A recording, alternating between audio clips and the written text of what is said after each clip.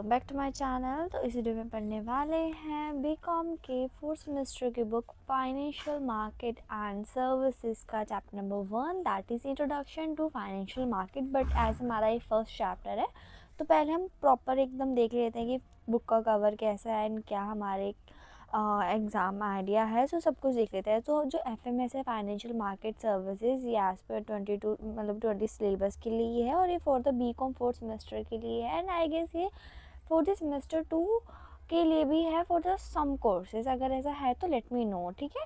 फिर उसके बाद इसमें देखो 2 यूनिट है, एक है यूनिट 1 एक है यूनिट 2। सो पहले में पढ़ेंगे फाइनेंशियल मार्केट क्या होता है, उसके कॉन्सेप्ट, फीचर, रूल्स, इंपॉर्टेंस क्या है, इंट्रोडक्शन क्या है, टाइप्स ऑफ मार्केट्स कितने हैं, वो सब। देन इक्विटी मार्केट पढ़ेंगे, मनी मार्केट पढ़ेंगे, जो कैरेक्टरिस्टिक्स क्या है, स्ट्रक्चर क्या है, इकोनॉमी में कैसे काम करता है, रेगुलेटर ऑफ मनी मार्केट कौन है। देन उसके बाद कैपिटल मार्केट का पढ़ेंगे कि वो क्या, उसका role, nature, function and difference क्या है मनी मार्केट में एंड कैपिटल मार्केट में। देन उसके प्राइमरी मार्केट पढ़ेंगे। तो जो प्राइमरी मार्केट है वो कैपिटल मार्केट का ही पार्ट है। देन उसके बाद IPO पढ़ेंगे, book building through online IPO पढ़ेंगे, सेकेंडरी मार्केट के बारे में पढ़ेंगे वो क्या है। फिर उसके बाद ये सारा अपने मार्केट प्रोडक्ट के बारे में देखेंगे।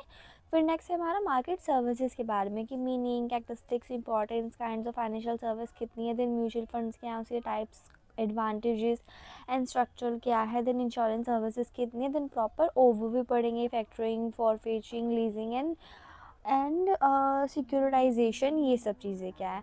तो इसमें हमें प्रॉपर कोई फॉर्मेट नहीं दिया हुआ है इसमें इस बार इस बुक में कि कितने मार्क्स का होने वाला है, कैसे होने वाला है। बट जो चैप्टर्स है वो हमारे टोटल 12 चैप्टर्स है एंड जो चैप्टर्स है वो थोड़े से बड़े चैप्टर्स हैं बट ईजी चैप्टर है। हम ऑलरेडी प्रीवियस चैप्टर्स में बुक्स में पढ़ के आए हैं।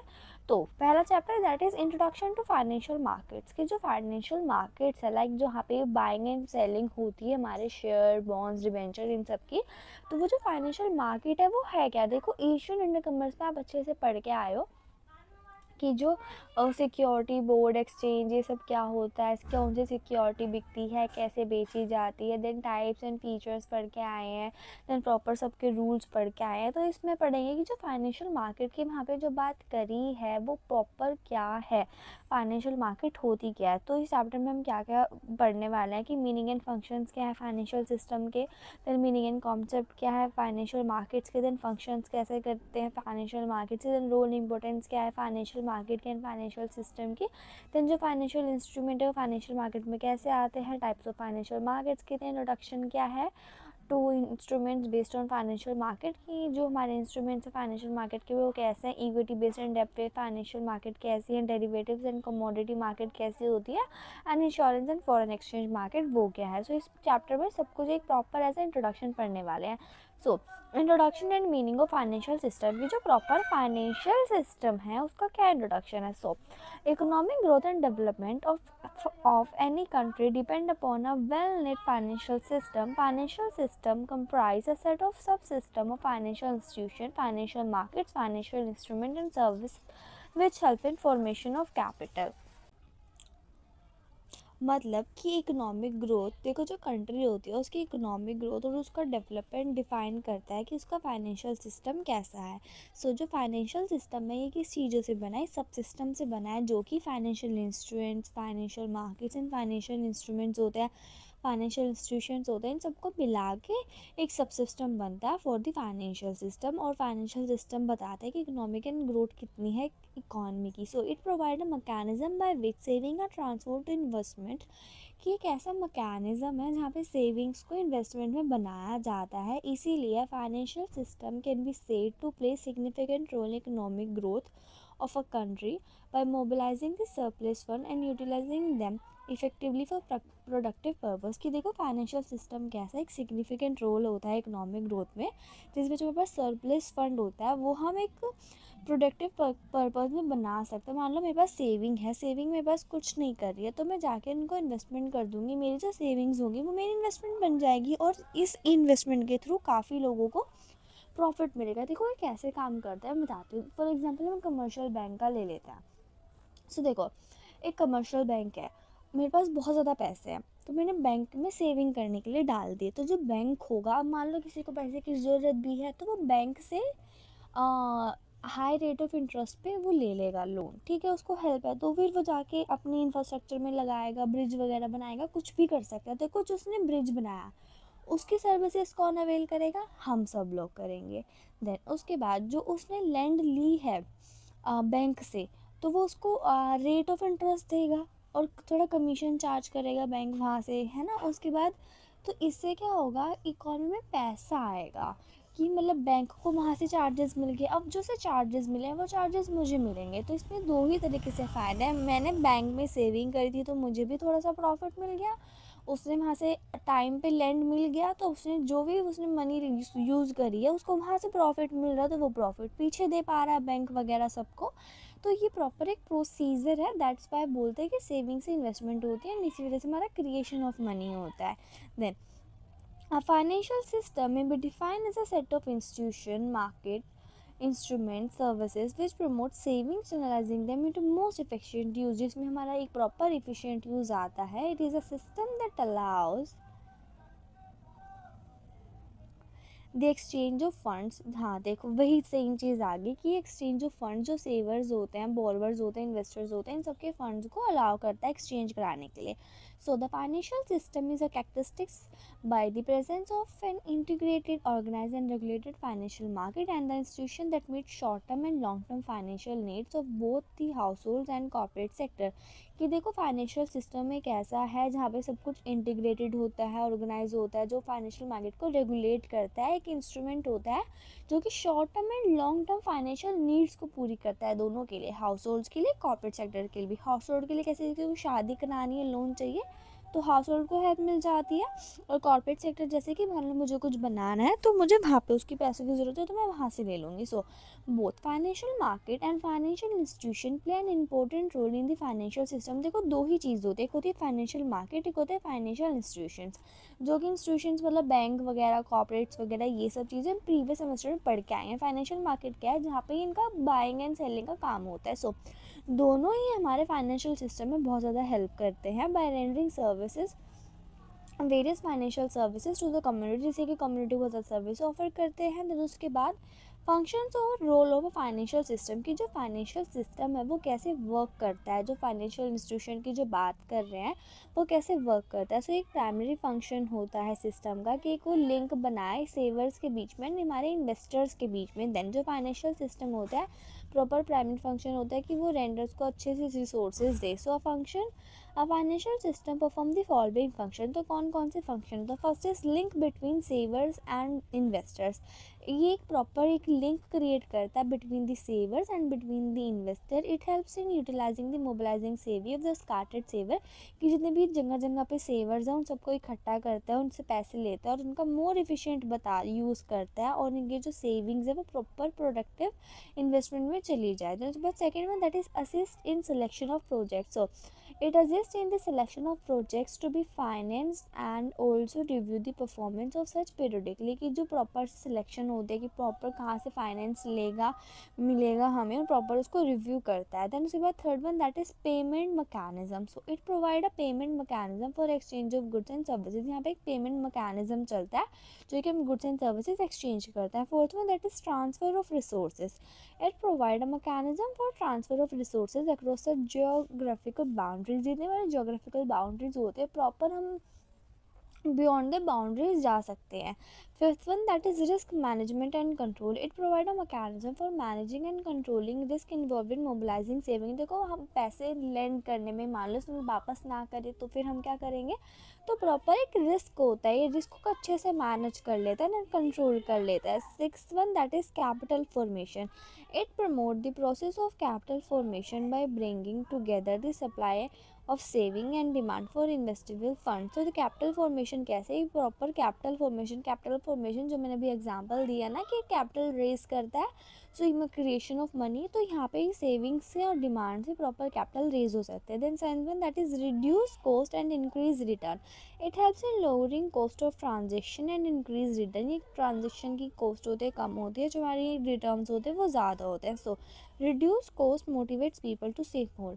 अगर हम कॉस्ट कम कर देंगे तो लोग ज़्यादा से ज़्यादा बचाएंगे। देन उसके बाद eighth one that is provide detail information. So it provide detail information to the operator players in the market. जितने भी मार्केट में इंडिविजुअल्स हैं, बिजनेस हाउस है, गवर्नमेंट है, उन सबको प्रॉपर अवेयरनेस देता है, प्रॉपर बताता है कि कैसे काम करता है। Then second one that is structure and components of financial system की जो प्रॉपर फाइनेंशियल सिस्टम की जो हम बात करें, मतलब फाइनेंशियल सिस्टम इज़ एपेक्स, मतलब सब आ रहे हैं इसमें, फाइनेंशियल इंस्टीट्यूशंस भी आ रहे हैं, मार्केट भी आ रही है, प्रॉपर इन सब को मिला के फाइनेंशियल सिस्टम में, तो it is very important. So the following are the 5 major components that comprise the Indian financial system.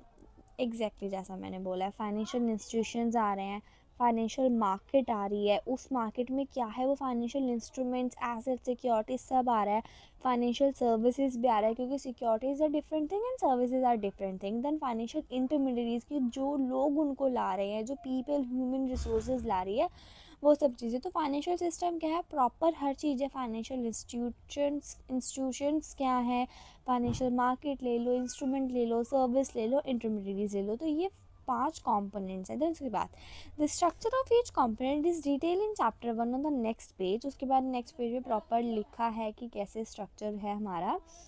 So structure of financial, जो फाइनेंशियल इंस्टीट्यूशंस हैं, ये है बैंकिंग इंस्टीट्यूशन, नॉन बैंकिंग, जो नॉन बैंकिंग है वो proper अलग अलग में है, development banks, all India banks हैं। जो नॉन बैंकिंग है वो प्रॉपर जैसे कि NBF, equipment leasing, hire purchase, lien, ये प्रॉपर इन मेथड से कर दें। उसके बाद cooperative banks and non cooperative banks की, जो कोऑपरेटिव बैंक है जिसकी public sector, private sector,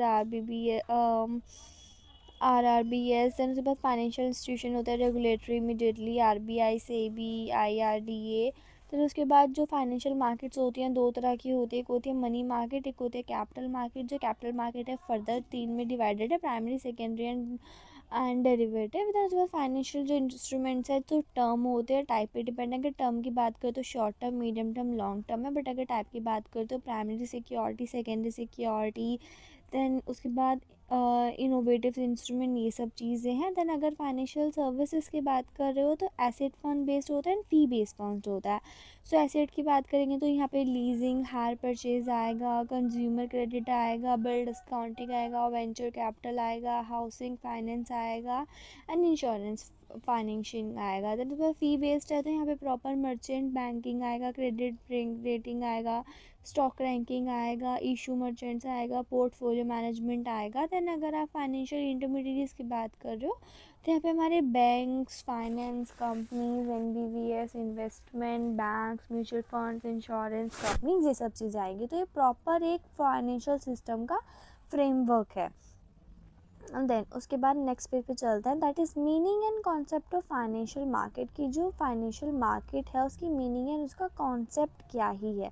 so finance is prerequisite for modern business and financial institution play a vital role in the economic system की। जो देखो जो हमारा जो फाइनेंशियल सिस्टम है प्रॉपर एक वाइटल रोल निभाता है अपने इकोनॉमिक सिस्टम में। जो फाइनेंशियल मार्केट और इंस्टीट्यूशन होते हैं ये एक इकॉनमी को वर्क चलाते हैं। सो फाइनेंशियल मार्केट क्या है, so financial market refers to the instrumental arrangement for dealing the financial asset and credit instrument। तो financial market क्या है, एक पूरा अरेंजमेंट है जहाँ पे डील्स होती है फाइनेंशियल एसेट्स की एंड क्रेडिट इंस्ट्रूमेंट की, जैसे कि in form of currency, cheques, bank deposit, bills, stock, debts, bond, derivative, इन सब चीज़ों में। So in simple language financial market are the platform, ये ऐसा प्लेटफॉर्म है, एक ऐसा सिस्टम है जहाँ पे assets such as stock, bond, derivative जाते हैं, जहाँ पे खरीदे और बेचे जाते हैं, जहाँ पे वो बाइंग एंड सेलिंग होते हैं, that's called financial market. So these market are also refers to system that facilitate the exchange of financial asset between the buyer and seller, कि एक ऐसा सिस्टम जहाँ पे हम एक्सचेंज करते हैं एसेट्स एंड एसेट्स का, फाइनेंशियल एसेट्स का between the buyers and sellers. So in simple language financial market एक ऐसा प्लेटफॉर्म है जहाँ पे सच एसेट्स आते हैं जैसे कि बॉन्ड, स्टॉक, डेरिवेटिव्स खरीदे और बेचे जाते हैं। देन उसके बाद फाइनेंशियल मार्केट में भी broadly classified as negotiable loan market and open market. देखो जो फाइनेंशियल मार्केट होती है एक मार्केट जहाँ पे बाइंग एंड सेलिंग होती है, हम इसको 2 पार्ट्स में डिवाइड करें as a negotiated loan market and open market. So The negotiated loan market is market in which lender and the borrower personally negotiate the terms of loan agreement, कि जहाँ पे जो पर्सनली भी मतलब जो हमारी नेगोशिएटेड लोन मार्केट जो पे बायर एंड सेलर होते हैं नेगोशिएट करते हैं, मतलब मोल भाव करते हैं कि आपको किस रेट में चाहिए. So business borrowing from a bank from a small loan for company. On the other hand the open market is an impersonal market with standardiser. On the other hand, the open market is an impersonal market in which standardization securities are traded in large volume.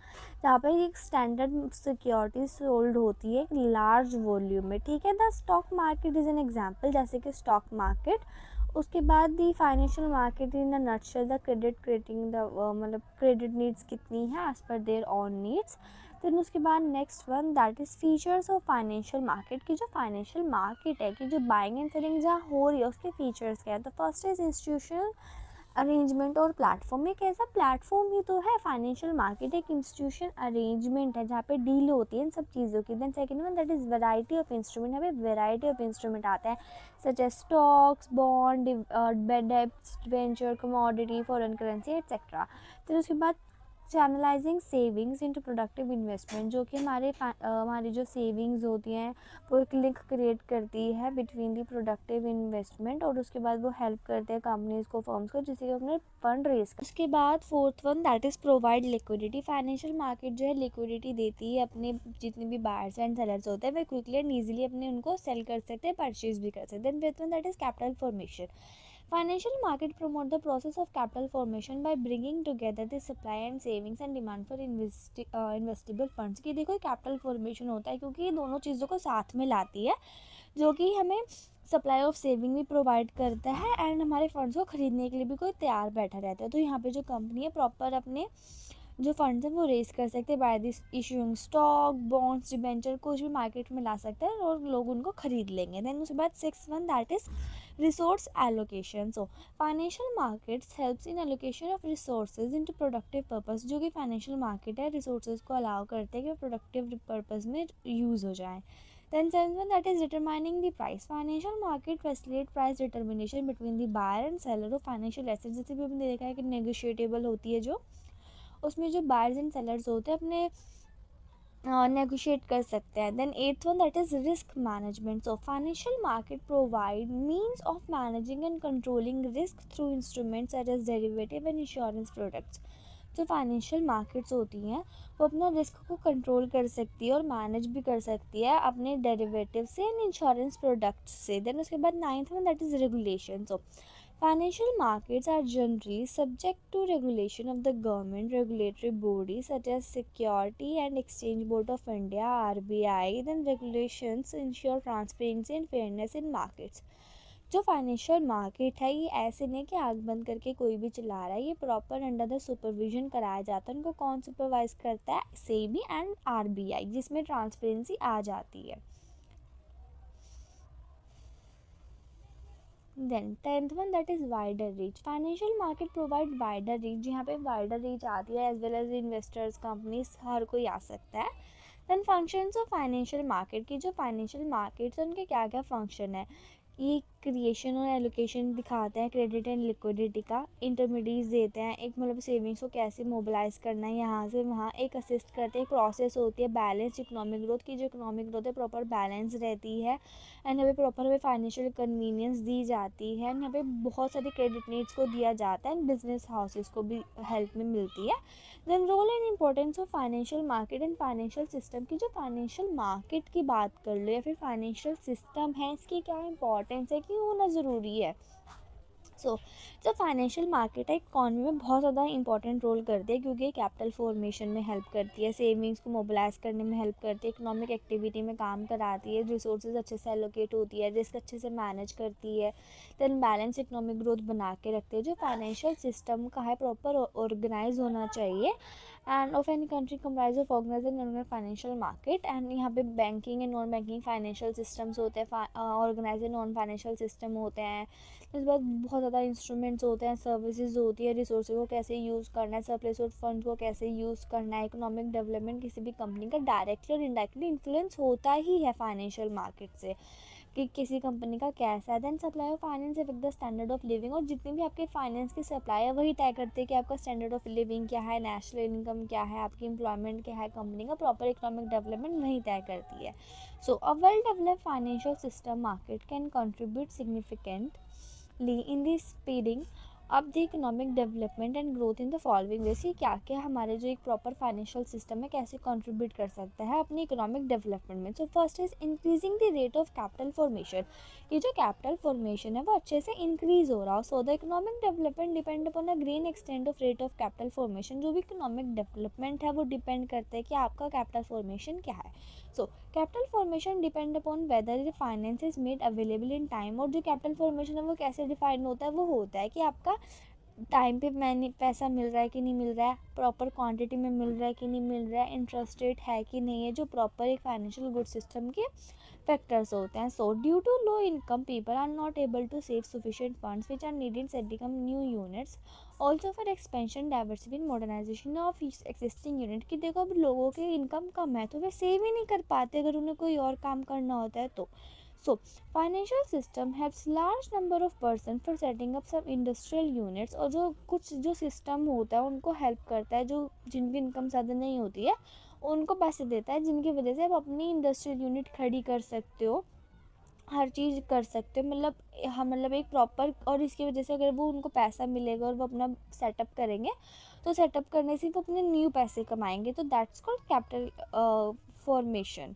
Then उसके बाद second one that is mobilizing of saving. So growth and economic development require hard saving and investment in which facilitate by well financial system. देखो जो growth होती है economy की वो depend करते हैं कि आपकी सेविंग्स भी हाई होनी चाहिए, देन आपकी इन्वेस्टमेंट भी हाई होनी चाहिए, और ये दिखाता है कि आपका फाइनेंशियल सिस्टम कैसा है। तो जो फाइनेंशियल सिस्टम है कैसा मैकेनिज़्म है जहाँ पे जो रिसोर्सेज होती है यूज़ होती हैं, जहाँ पे जो एक्सेस ऑफ मनी होता है, फिर जो एक्सपेंडिचर होता है उसको प्रोडक्टिव यूज़ में लाया जाए।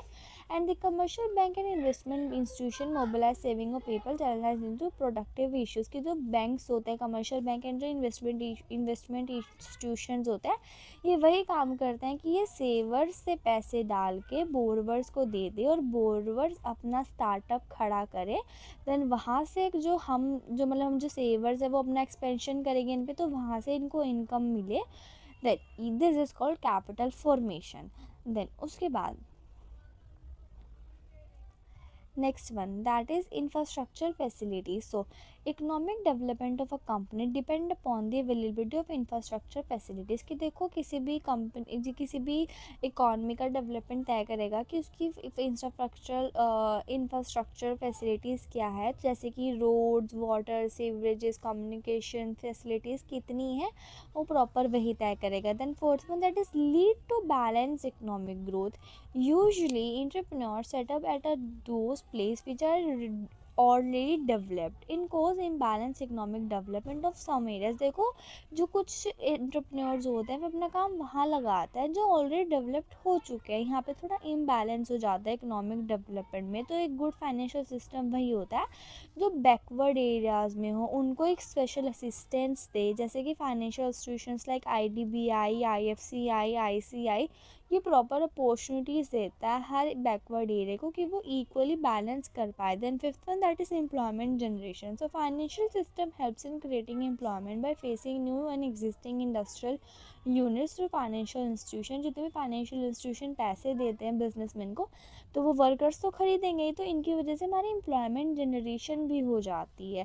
देन उसके बाद six one that is accelerating industrialization. So economic development of any country depends upon the level of industrialization. देखो किसी भी कंपनी का इकोनॉमिक डेवलपमेंट बताता है कि उसका इंडस्ट्रियलाइजेशन कैसा है। तो एक प्रॉपर इंडस्ट्री बनाने के लिए आपके पास डायरेक्ट और इनडायरेक्ट एम्प्लॉयमेंट चाहिए होती है, गुड्स होनी चाहिए, सर्विसेज होनी चाहिए, एक प्रॉपर फाइनेंशियल सिस्टम होता है जो प्रॉपर सारी मैनेजरल टेक्निक्स देता है, उनको हर चीज़ देता है। तो कुछ एरियाज में where private entrepreneurs do not want to risk their fund because of gestation period is long, there industries are needed to development of that area, financial investment provides sufficient fund to further development। क्योंकि देखो जो private company होती है उन्हें लगता है कि अगर मान लो उनका बिजनेस नहीं चला तो वो घाटे में चले जाएंगे, तो इस केस में भी फाइनेंशियल इंस्टीट्यूशन होता है वो आगे आके उनकी हेल्प करता है। Since 1947, financial institutions have played a key role जो फाइनेंशियल सिंस 1947 से फाइनेंशियल इंस्टीट्यूशन है ना प्रॉपर की रोल प्रोवाइड करें इंडस्ट्रियलाइजेशन प्रोवाइड करने का हर जगह पे। सो जो फाइनेंशियल सिस्टम है बहुत ज़्यादा इंपॉर्टेंट है किसी भी कंपनी की किसी भी इकॉनमी की ग्रोथ के लिए। देन अब पढ़ते हैं financial instrument security traded in financial market की। देखो पहले हमने फाइनेंशियल सिस्टम पढ़ा कि वो प्रॉपर क्या होता है, फिर हमने उसका एक पार्ट पढ़ा that's called financial market. Then अब पढ़ते हैं कि जो फाइनेंशियल मार्केट है वहाँ पे ट्रेडेड किन चीज़ों की होती है, जो फाइनेंशियल इंस्ट्रूमेंट है वो कौन से होते हैं। सो अनदर इम्पॉर्टेंट कॉन्स्टेंट क्या है फाइनेंशियल सिस्टम का कि फाइनेंशियल एसेट्स क्या है, इंस्ट्रूमेंट्स क्या हैं, वो कौन सी चीज़ें होती हैं। तो फाइनेंशियल इंस्ट्रूमेंट क्या है, एक ऐसा क्लेम है अगेंस्ट अ पर्सन और institution for the payment of some money, जहाँ के एक अदर पर्सन के अगेंस्ट जहाँ पे आपको कुछ पैसे देने पड़ते हो ना पीरियोडिक पेमेंट पे, जैसे कि in form of interest dividend और स्पेसिफाइड फ्यूचर डेट के लिए। Then in financial market a variety of investor operate की। देखो जो फाइनेंशियल मार्केट होती है बहुत ज़्यादा इन्वेस्टर्स आते हैं टू सूट देयर एज पर देयर रिक्वायरमेंट्स के लिए कौन सी उन्हें कौन सी सिक्योरिटीज़ चाहिए। So in other words, financial market system promotes development of innovative financial products suited to the investment requirement of heterogeneous investors। कि देखो जो कि फाइनेंशियल मार्केट है जो सिस्टम है वो ऐसा मतलब डेवलपमेंट प्रमोट करता है जिसमें जो फाइनेंशियल प्रोडक्ट्स होते हैं बहुत डिफरेंट तरह के होते हैं, तो किसी भी फॉर्म में आप इन्वेस्टमेंट कर सकते हैं। तो देखो बेसिकली मैं बताती हूँ फाइनेंशियल इंस्ट्रूमेंट क्या होते हैं। एक ऐसे इंस्ट्रूमेंट होता है जिनके अगेंस्ट हमें कुछ भी मिल सकता है, जैसे कि डिविडेंड्स हो गया, मतलब कुछ भी हमें कुछ क्लेम मिलता है हमें जिन फ्यूचर डेट्स के रिगार्डिंग। सो हम बेसिकली पढ़ लेते हैं डायरेक्टली क्या है। सो फाइनेंशियल सिक्योरिटीज़ में भी क्लासिफाइड इंटू 2 कैटेगरीज। सो देखो पहली है primary security. So these are also term as direct security. इनको डायरेक्ट सिक्योरिटीज ही बोल सकते हैं और ये डायरेक्टली इशू होती है by the ultimate borrowers of funds to the ultimate savers और इन्वेस्टर्स। जो प्रॉपर जो बोरोवर है उनसे इशू ये बोरोवर्स जो होते हैं वो इन्वेस्टर्स को देते हैं। Primary securities included equity share preference share and debenture, जैसे कि इक्विटी शेयर्स हो गया, प्रेफरेंस शेयर्स हो गया या फिर डिबेंचर हो गया। देन उसके बाद secondary securities, these are security also termed as indirect securities as these are not issued directly by the ultimate borrowers कि ultimately borrowers तो इनको नहीं issue करते हैं, rather than these are issued by financial intermediaries। इनके बीच में एक financial intermediaries आता है जो कि ultimate saver तक ये चीज़ें पहुँचाता है। then insurance policy units of mutual funds bank deposit, इसके कुछ ये सारे examples हैं। so financial instruments are monetary contracts between parties। तो जो फाइनेंशियल इंस्ट्रूमेंट्स होते हैं एक मॉनेटरी कॉन्ट्रैक्ट होता है जो पार्टीज़ के बीच में होता है। So these assets can be traded and modified settles then depending upon the nature claim on return. Financial instrument में भी क्लासिफाइड एज के देखो अभी अपॉन दी उनके नेचर के बेस्ड पे बात करें तो ये 3 तरह के हो सकते हैं, इक्विटी बेस्ड, डेब्ट बेस्ड या फिर डेरिवेटिव। सो अगर इक्विटी बेस्ड की बात करें तो financial instrument that represent ownership of an asset, जहाँ पे एक एसेट की ओनरशिप के बारे में पता लगता है सच एज इक्विटी शेयर और प्रेफरेंस शेयर। एंड डेब्ट कौन सा होता है कि जहाँ पे उसके डिबेंचर्स सच एज जैसे कि debenture bonds treasury bills and commercial banks. And derivatives होते हैं whose values derive from the value of underlying financial instrument। These are जैसे कि forward future operations वह mix of these कि थोड़ी मिक्सअप में होते हैं। देन उसके बाद फाइनेंशियल इंस्ट्रूमेंट में भी also classify such as cash instrument and derivative instrument कि जो कुछ फाइनेंशियल इंस्ट्रूमेंट ऐसे होते हैं जिनको कैश इंस्ट्रूमेंट भी बोल सकते हैं या फिर डेरिवेटिव इंस्ट्रूमेंट भी बोल सकते हैं। So the most important financial instruments include like cash and currency, equity shares, preference share, debentures, bonds and derivatives। So financial instruments perform a significant role in transferring funds from lenders to borrowers। जो financial instrument होता है बहुत ज़्यादा important काम करता है जो कि हम funds होते हैं from savers to borrowers तक पहुँचाने के लिए।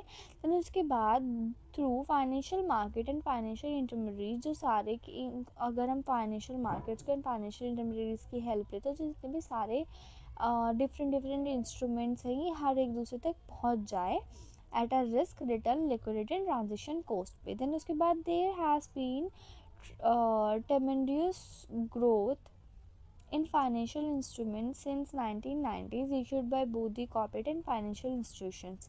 Then the following are some new innovative financial instruments। अभी हमने कुछ new इनोवेटिव फाइनेंशियल इंस्ट्रूमेंट लाए हैं फंड्स को रेज करने के लिए, that is equity warrant, secured premium notes, callable bond, floating and variable and और adjustable rate bonds, then deep discount boards, inflation adjust bonds, easy exit bond with a floating interest rate, then regular income bonds, retirement bonds, index bonds and in case bond and cash bonds. then उसके बाद growth bonds and capital bonds. Then उसके बाद types of financial market की, जो financial market है वो कितने types की होती है. So the financial market can classified in number of ways. तो first is money market and capital market. तो मनी मार्केट में क्या होता है, call money, collateral money, acceptable money और बिल मार्केट जैसे कि कमर्शियल बिल और territory bill, then commercial paper market and certificate और deposit market. Then capital market दो तरह की मार्केट होती है, प्राइमरी एंड सेकेंडरी की. देखो मनी मार्केट में क्या होता है, अभी शॉर्ट टर्म की बात हो रही है तो ये less than 1 year, and primary और द कैपिटल मार्केट होती है जहाँ पे सेकेंड टाइम आपकी सेल एंड परचेज हो रही है वो the second hand shares and securities. तो ये दो पार्ट्स में डिवाइडेड है, एक है प्राइमरी एक है सेकेंडरी. तो बताते हैं डेरिवेटिव मार्केट, यहाँ पे फाइनेंशियल डेरिवेटिव मार्केट जैसे कि फॉरवर्ड, फ्यूचर, ऑप्शन, स्वैप्स आते हैं, एंड कमोडिटी मार्केट आती है. देन डेट मार्केट आती है जहाँ पे बॉन्ड्स मार्केट की बात होती है, गवर्नमेंट सिक्योरिटी मार्केट्स की बात होती है, मार्केट फॉर फाइनेंशियल गारंटीज़ की बात हो रही होती है. तो उसके बाद इंश्योरेंस मार्केट आती है, दैन फॉरेन एक्सचेंज मार्केट आती है. So on the basis of credit requirement, अगर हम क्रेडिट रिक्वायरमेंट की बात करें, जो फाइनेंशियल मार्केट है दो तरह से है, money market and capital market. अगर हम बात करें the basis of financial market divided base of instrument, अगर इंस्ट्रूमेंट के बारे में बात करें तो फाइनेंशियल मार्केट चार तरीके से बटी है. That is equity like stock market, then उसके बाद डेब्ट that is bond market, then derivative market that जिसमें option, futures and forward and swaps आते हैं, then commodity market. So equity क्या होगा, जहाँ पे स्टॉक मार्केट की बात करें, जैसे कि इक्विटी होता है, मान लो किसी ने आपने किसी कंपनी के शेयर परचेज कर लिए तो आपकी ओनरशिप उस कंपनी में है थोड़ी बहुत, that's called equity market. Then डेब्ट मार्केट होती है, आप कंपनी को लोन दे रहे होते हो. देन उसके बाद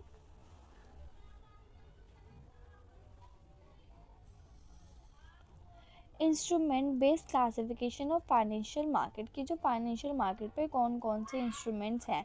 सो इक्विटी मार्केट जो हमने स्टॉक में पढ़ा, that's under the primary and secondary. Then debt market की बात करें तो वो government security, corporate bonds and money market में आता है, like call money, loan money and acceptance. Then derivative market में हमारे ऑप्शन, फ्यूचर्स, फॉरवर्ड, स्वैप्स आते हैं, एंड कमोडिटी मार्केट में हमारे नेशनल एंड रीजनल लेवल के इंस्ट्रूमेंट्स आते हैं.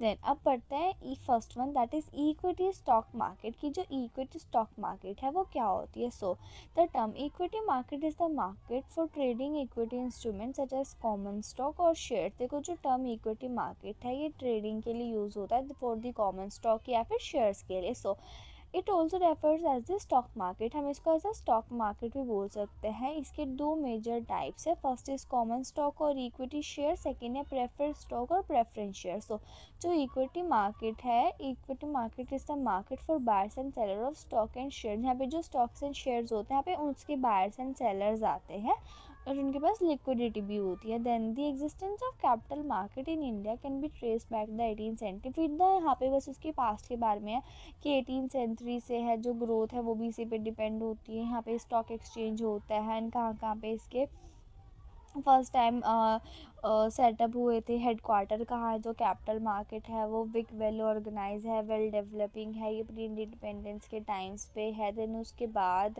And the capital issue control was introduce in India for the first time. जो कैपिटल इशू हुआ था फर्स्ट टाइम मई 1943 में हुआ था, जो कि प्रॉपर डिफेंस के अंदर आया था. ये कंटिन्यू होता रहा टाइम टू टाइम, यहाँ पे एक्ट भी आते रहे. देन उसके बाद जो कैपिटल इशू कंट्रोल एक्ट भी आया, देन उसके बाद सिक्योरिटी एक्ट आई, मतलब बहुत ज़्यादा एक्ट्स आए. देन आफ्टर इंडिपेंडेंस की जो साइज़ था कैपिटल मार्केट का वो भी रिमेन स्मॉल, छोटा ही था. 1970 था. फिर उसके बाद 1980 से प्रॉपर एक एक्सप्लोसिव ग्रोथ आने लगी. जो वॉल्यूम था प्राइमरी एंड सेकेंडरी मार्केट का वो इंक्रीज़ होता रहा और बहुत ज़्यादा इंक्रीज़ होता रहा. नंबर ऑफ स्टॉक एक्सचेंज में लिस्टेड कंपनीज में, पब्लिक इशू में और मार्केट साइज़ में भी। देन उसके बाद एक ईरा आया लाइब्रेराइजेशन का एंड ग्लोबलाइजेशन का 1990s में, जो बहुत ज़्यादा इंपॉर्टेंट ईयर्स थे हमारे कैपिटल मार्केट के लिए। जो मेजर कैपिटल मार्केट थे उनको स्कैम से रोका बचाया जा सका। तो उसके बाद प्रॉपर हर चीज़ प्रमोटर्स वगैरह आए। देन उसके बाद हाई डिविडेंड्स भी पे करे गए। देन बस सिक्योरिटीज़ आई। देन उसके बाद जो bankers one of the highest scams होने लगे। देन प्रॉपर इनको सॉल्व करा गया। फिर उसके बाद कुछ हमारे पास गवर्नमेंट एजेंसीज़ है जो इनको सॉल्व करती है, लाइक NSDL एंड हमारे पास NSDL एक और है। एंड देन उसके बाद at present the capital market in India is well organise. अगर हम आज की बात करें तो जो इंडिया में जो कैपिटल मार्केट है वो वेल ऑर्गेनाइज है, मैच्योर्ड एंड फेयरली इंटीग्रेटेड है एंड प्रॉपर मॉडर्नाइज। एक बेस्ट कैपिटल मार्केट होती है टेक्नोलॉजी की। जो इंडिया की जो कैपिटल मार्केट है प्रॉपर इंटीग्रेटेड है, ग्लोबल मार्केट में एंटर्ड है। सो उसके बाद however the equity culture in India is growing at very low space, कि लो स्पेस जो चल रहा है। The investment in equity is a part of total saving investment is very low. अगर हम इक्विटी की बात करें तो टोटल पार्ट ऑफ इन्वेस्टमेंट से काफ़ी ज़्यादा कम है। अकॉर्डिंग टू नेशनल सैम्पल सर्वे जो प्रॉपर एक डाटा आया था उसमें बताया था कि आपकी इक्विटी कितनी है, मार्जिनली कितनी है। देन उसके बाद but in the recent year, जो कि फिर रिसेंट ईयर जो है जो फाइनेंशियल लिटरेसी इन्वेस्टर एजुकेशन है वो जो सेबी ने लॉन्च करी उसकी वजह से इंक्रीज़ होता जा रहा है। अब पढ़ते हैं कैपिटल मार्केट की। कैपिटल मार्केट क्या होती है। So the term capital market refers to the institutional agreement for facilitating the borrowing and lending for long term funds. देखो जो कैपिटल मार्केट होती है ये लॉन्ग टर्म फंड्स के लिए होती है। In the widest sense, it consists of series channelizing through which the saving of community are made available for industrial, commercial enterprises and public authorities। तो ये किन किन के लिए होती है। ये हमारे इंडस्ट्रियल के लिए, कमर्शियल एंटरप्राइजेस के एंड पब्लिक अथॉरिटीज़ के लिए की जाती है। यहाँ पे प्राइवेट सेविंग्स भी होती है, इंडिविजुअल की, कॉर्पोरेट की, इन सब की। उसके बाद ये सब अपनी इन्वेस्टमेंट कर सकते हैं। Then through the new capital issue अपनी न्यू कैपिटल इशू करा सकते हैं या फिर पब्लिक लोन्स करा सकते हैं। एंड यहाँ पे floated by government and semi government bodies, यहाँ पे जो सारा काम होता है government and bye semi government bodies होता है। सो कैपिटल मार्केट में भी डिफाइन एज एन एक ऑर्गेनाइज मैकेनिज्म है, एक प्रॉपर जो हमने अभी पढ़ा है ना कि transfer of money capital from और financial resources from the investing party से को कैपिटल मार्केट हम ऐसा बना सकते हैं कि एक ऑर्गेनाइज मैकेनिज्म है किस चीज़ के लिए, फॉर इफ़िशिएंट एंड इफेक्टिव के लिए ट्रांसफ़र ऑफ मनी कैपिटल और finance resources. Then example individual and institutional savers to the entrepreneurs. Individual और इंस्टीट्यूशन इंगेज इन इंडस्ट्री और commerce in the business aided by private public sector of an economy, कि जितने भी हमारे investors हैं वो इस फील्ड में आ ही जाते हैं। तो जो कैपिटल मार्केट है फर्दर टू पार्ट्स में डिवाइडेड है, दैट इज़ प्राइमरी मार्केट जिसमें हम आते हैं न्यू और ओके। तो हमारे पास देखो एक होती थी हमारे पास इक्विटी मार्केट, एक होती थी हमारे पास कैपिटल मार्केट। देखो इक्विटी मार्केट में क्या होता था कि वहाँ पे हम शॉर्ट टर्म के लिए बात करते थे, बट इसमें हम कैपिटल मार्केट में हम लॉन्ग टर्म की बात करते हैं। एंड जो लॉन्ग टर्म होता है ये दो पार्ट्स में डिवाइडेड होता है, एक होता है प्राइमरी मार्केट, एक होता है सेकेंडरी मार्केट। तो प्राइमरी मार्केट में क्या होता है जब कोई न्यू इशू होता है, और सेकेंडरी मार्केट में हम एग्जिस्टिंग और जो खरीद इशूड को दोबारा इशू कराते हैं, ऐसा कुछ। देन इसको हम न्यू इशू मार्केट भी बोल सकते हैं, प्राइमरी मार्केट भी बोल सकते हैं। तो ये मार्केट क्या है जहाँ पे न्यू सिक्योरिटीज़ आती है such as equity share bonds, जो पब्लिक को ऑफर करे जाते हैं कि आप ये फॉर द फर्स्ट टाइम आप इनको खरीद लीजिए। Then both the new companies and existing companies can raise capital. इसकी वजह से जो न्यू कंपनीज है और जो एग्जिस्टिंग कंपनी है वो अपने कैपिटल को रेज कर सकते हैं। हर किसी के लिए कर सकता है, कोई नया मार्केट में उसके लिए भी, या फिर कोई पहले से एग्जिस्ट करता है उसके लिए भी। The new market issue facilitates a transfer of funds from the willing investors to entrepreneur setting up new firms. ये वही है कि जो फंड्स होता है हम ट्रांसफ़र करते हैं इन्वेस्टर्स अपने जो सेवर्स होते हैं उनसे लेके अपने एंटरप्रेन्योर से, जिससे कि वो अपना नया एक्सपेंशन कर सके, डाइवर्सिफिकेशन कर सके, मॉडर्नाइजेशन कर सके। Then it helps in channelising the savings of individuals and other investors. इससे क्या होता है, जो सेविंग्स होती है इंडिविजुअल्स की वो चैनलाइज हो जाती है इन्वेस्टमेंट में। Then the players in new issue market includes individual. जो प्लेयर्स होते हैं न्यू इशू मार्केट में कौन हो सकते हैं, इंडिविजुअल्स हो सकते हैं, बैंक्स हो सकते हैं, इंश्योरेंस हो सकते हैं, organisation, UTI, foreign, domestic and financial institutions हो सकते हैं। They are financial intermediaries. यहाँ पे इंटरमीडियरीज भी हो सकते हैं such as bank, broker, sub broker, underwriter, portfolio manager. ये सब जो इन सब चीज़ों को डीलिंग में हेल्प कराते हैं। So the corporate securities that are dealt in new issue primary market include, वो कौन कौन सी सिक्योरिटीज़ होती है, कौन कौन सी कॉर्पोरेट सिक्योरिटीज़ होती हैं जो प्राइमरी मार्केट में आती है, जैसे कि ऑनरशिप सिक्योरिटी और कैपिटल स्टॉक बोल सकते हो, या फिर इसे क्रेडिटरशिप सिक्योरिटी और डेब्ट कैपिटल भी बोल सकते हो। देन उसके बाद there has been tremendous growth in this fair of new. यहाँ पे देखो ग्रोथ आई थी 1990s में, यहाँ पे जिसमें एसएबी पास हुआ था, डिपॉजिटरी एक्ट आया था 1960 में। देन लिबरलाइजेशन आई इंडस्ट्री में, फिर न्यू कैपिटल इशू पॉलिसीज आई, देन कुछ नॉर्म्स आए, ये सब आए, तो यहाँ पे कुछ डेवलपमेंट के बारे में बताया हुआ है। देन सेकेंडरी मार्केट क्या होती है, स्टॉक मार्केट में सेकेंडरी मार्केट भी होती है, जिसमें जो एग्जिस्टिंग सिक्योरिटी होती है उनको खरीदा जाता है या बेचा जाता है। मतलब मान लो को खरीदी थी बट अभी नहीं अच्छी लग रही है तो अब उसको बेच दो दोबारा, ये होता है इसमें। Then it is an organise, ये भी एक ऑर्गेनाइज एंड रेगुलेटेड मेथड है। उसके बाद ये भी कॉर्पोरेट सेक्टर से ही इशू होती है। इसमें ट्रेडिंग आती है सिक्योरिटीज़ के, जो जेन्युइन इन्वेस्टर्स होते हैं, स्पेकुलेटर्स होते हैं, वे आते हैं एंड इकोनॉमिक डेवलपमेंट में हेल्प करता है। Then first one that is stock exchange perform the following important function. जो स्टॉक एक्सचेंज होता है वो कौन कौन से फंक्शंस प्ले करता है, ये अब एक प्लेस देता है ना, पे शेयर्स एंड स्टॉक आते हैं, कैश में कन्वर्ट होते हैं, एक प्रॉपर रेडी मार्केट प्रोवाइड करता है सिक्योरिटीज़ को ट्रेड करने के लिए। जो इन्वेस्टर्स होते हैं अपनी अपनी होल्डिंग की वर्थ चेक कर सकते हैं, फिर बाद में उसको बेच भी सकते हैं। देन जो एस होता है बहुत ज़्यादा इंपॉर्टेंट रोल प्ले करता है मोबिलाइजिंग में। देन जो स्टॉक एक्सचेंज है ये प्रॉपर सेफ्टी देता है, कि कॉन्फिडेंस देता है पार्टीज़ को दोनों तरफ की। देन यहाँ पे लिस्टेड सिक्योरिटीज़ भी होती हैं। देन जो स्टॉक एक्सचेंज है प्रॉपर प्लेटफॉर्म प्रोवाइड करता है अपने पब्लिक डेट्स को रेस करने का। देन उसके बाद मनी मार्केट। देन अब पढ़ते हैं मनी मार्केट क्या होती है। So the term money market is used to composite the sense of main financial institution with deal with the short term. हाँ देखो मनी मार्केट और कैपिटल मार्केट था। मनी मार्केट में शॉर्ट टर्म की बात होती है और कैपिटल मार्केट में लॉन्ग टर्म की बात होती है। कोई कोटी वाला गलत था, सॉरी बाय मिस्टेक। तो उसके बाद it refers to the institutional arrangement. ये इंस्टीट्यूशनल अरेंजमेंट है जो बोरोइंग्स को फैसिलिटेट करता है और शॉर्ट टर्म फंड्स के लिए अलाउ करता है। तो लेंडर्स होता है जिनके पास सरप्लस होता है वो शॉर्ट टर्म में इन्वेस्ट कर देते हैं, एंड उसके बाद जो बोरोवर्स होते हैं जिनको शॉर्ट टर्म की नीड्स होती है वो यहाँ पे आ जाते हैं। तो यहाँ पे जो बेसिकली जो पीरियड होता है वो एक वीक, एक दिन, 3 मंथ से 6 मंथ का, इन सब चीज़ों के बीच में होता है। इसके इंस्ट्रूमेंट कौन कौन से होते हैं, इसके इंस्ट्रूमेंट होते हैं such as bills of exchange, bankers acceptance, then bonds, इनको हम नियर मनी भी बोल सकते हैं। देन उसके बाद the money market has defined by the, इसको एक ऑथर ने डिफाइन भी करा है, the collective name given to the various firms and institutions deal in various grades of near money, जो नियर मनी में डील्स करते हो। देन जो आरबीआई है उसने मनी मार्केट को डिफाइन करा है ऐसे कि the centre of dealing mainly of short term charter, जो शॉर्ट टर्म चार्टर के लिए होता है मॉनेटरी एसेट्स में, जिनकी शॉर्ट टर्म रिक्वायरमेंट्स होते हैं बोरोवर्स को, उन सबको प्रोवाइड करता है। देन जो बोरोवर्स होते हैं मनी मार्केट में वो भी merchants, trader, manufacturer, business concern, brokers, government institutions, यही होते हैं।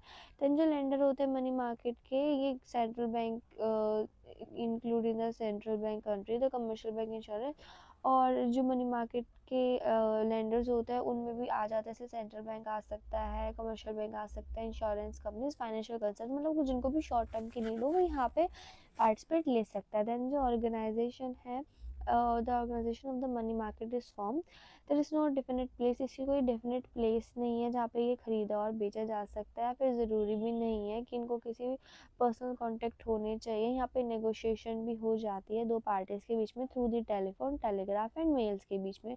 जो मनी मार्केट है सिंपली एक अरेंजमेंट है जहाँ पे दो डायरेक्ट और इनडायरेक्ट कॉन्टेक्ट आता है between the lenders and borrowers. जो मनी मार्केट है ये होमोजेनियस कैरेक्टर में नहीं है, ये एक लूजली ऑर्गेनाइज इंस्टीट्यूशन है जहाँ पे नंबर ऑफ डिविजन्स एंड सब डिविजन्स है, और जो सब डिविजन्स है वो अपने अपने particular type of credit operation के लिए काम करते हैं, और जितने भी सब पार्ट्स होते हैं सारे शॉर्ट टर्म के होते हैं, लॉन्ग टर्म के नहीं होते हैं। So the following are important constituents and sectors of money market के जो मनी मार्केट है उसके कौन कौन से important constituents हैं।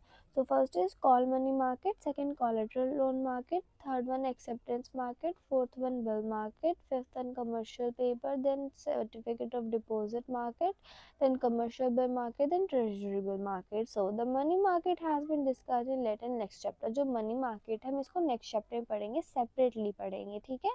उसके बाद difference between capital market and money market. अब डिफरेंस पढ़ लेते हैं कैपिटल मार्केट में मनी मार्केट में क्या डिफरेंस है। तो यहाँ पे long term and short term का ये बेसिकली जो प्राइमरी इनका डिफरेंस है, देन उसको क्लोजली पढ़ लेते हैं कि कैसे कैसे बात होती है। So capital market and money market.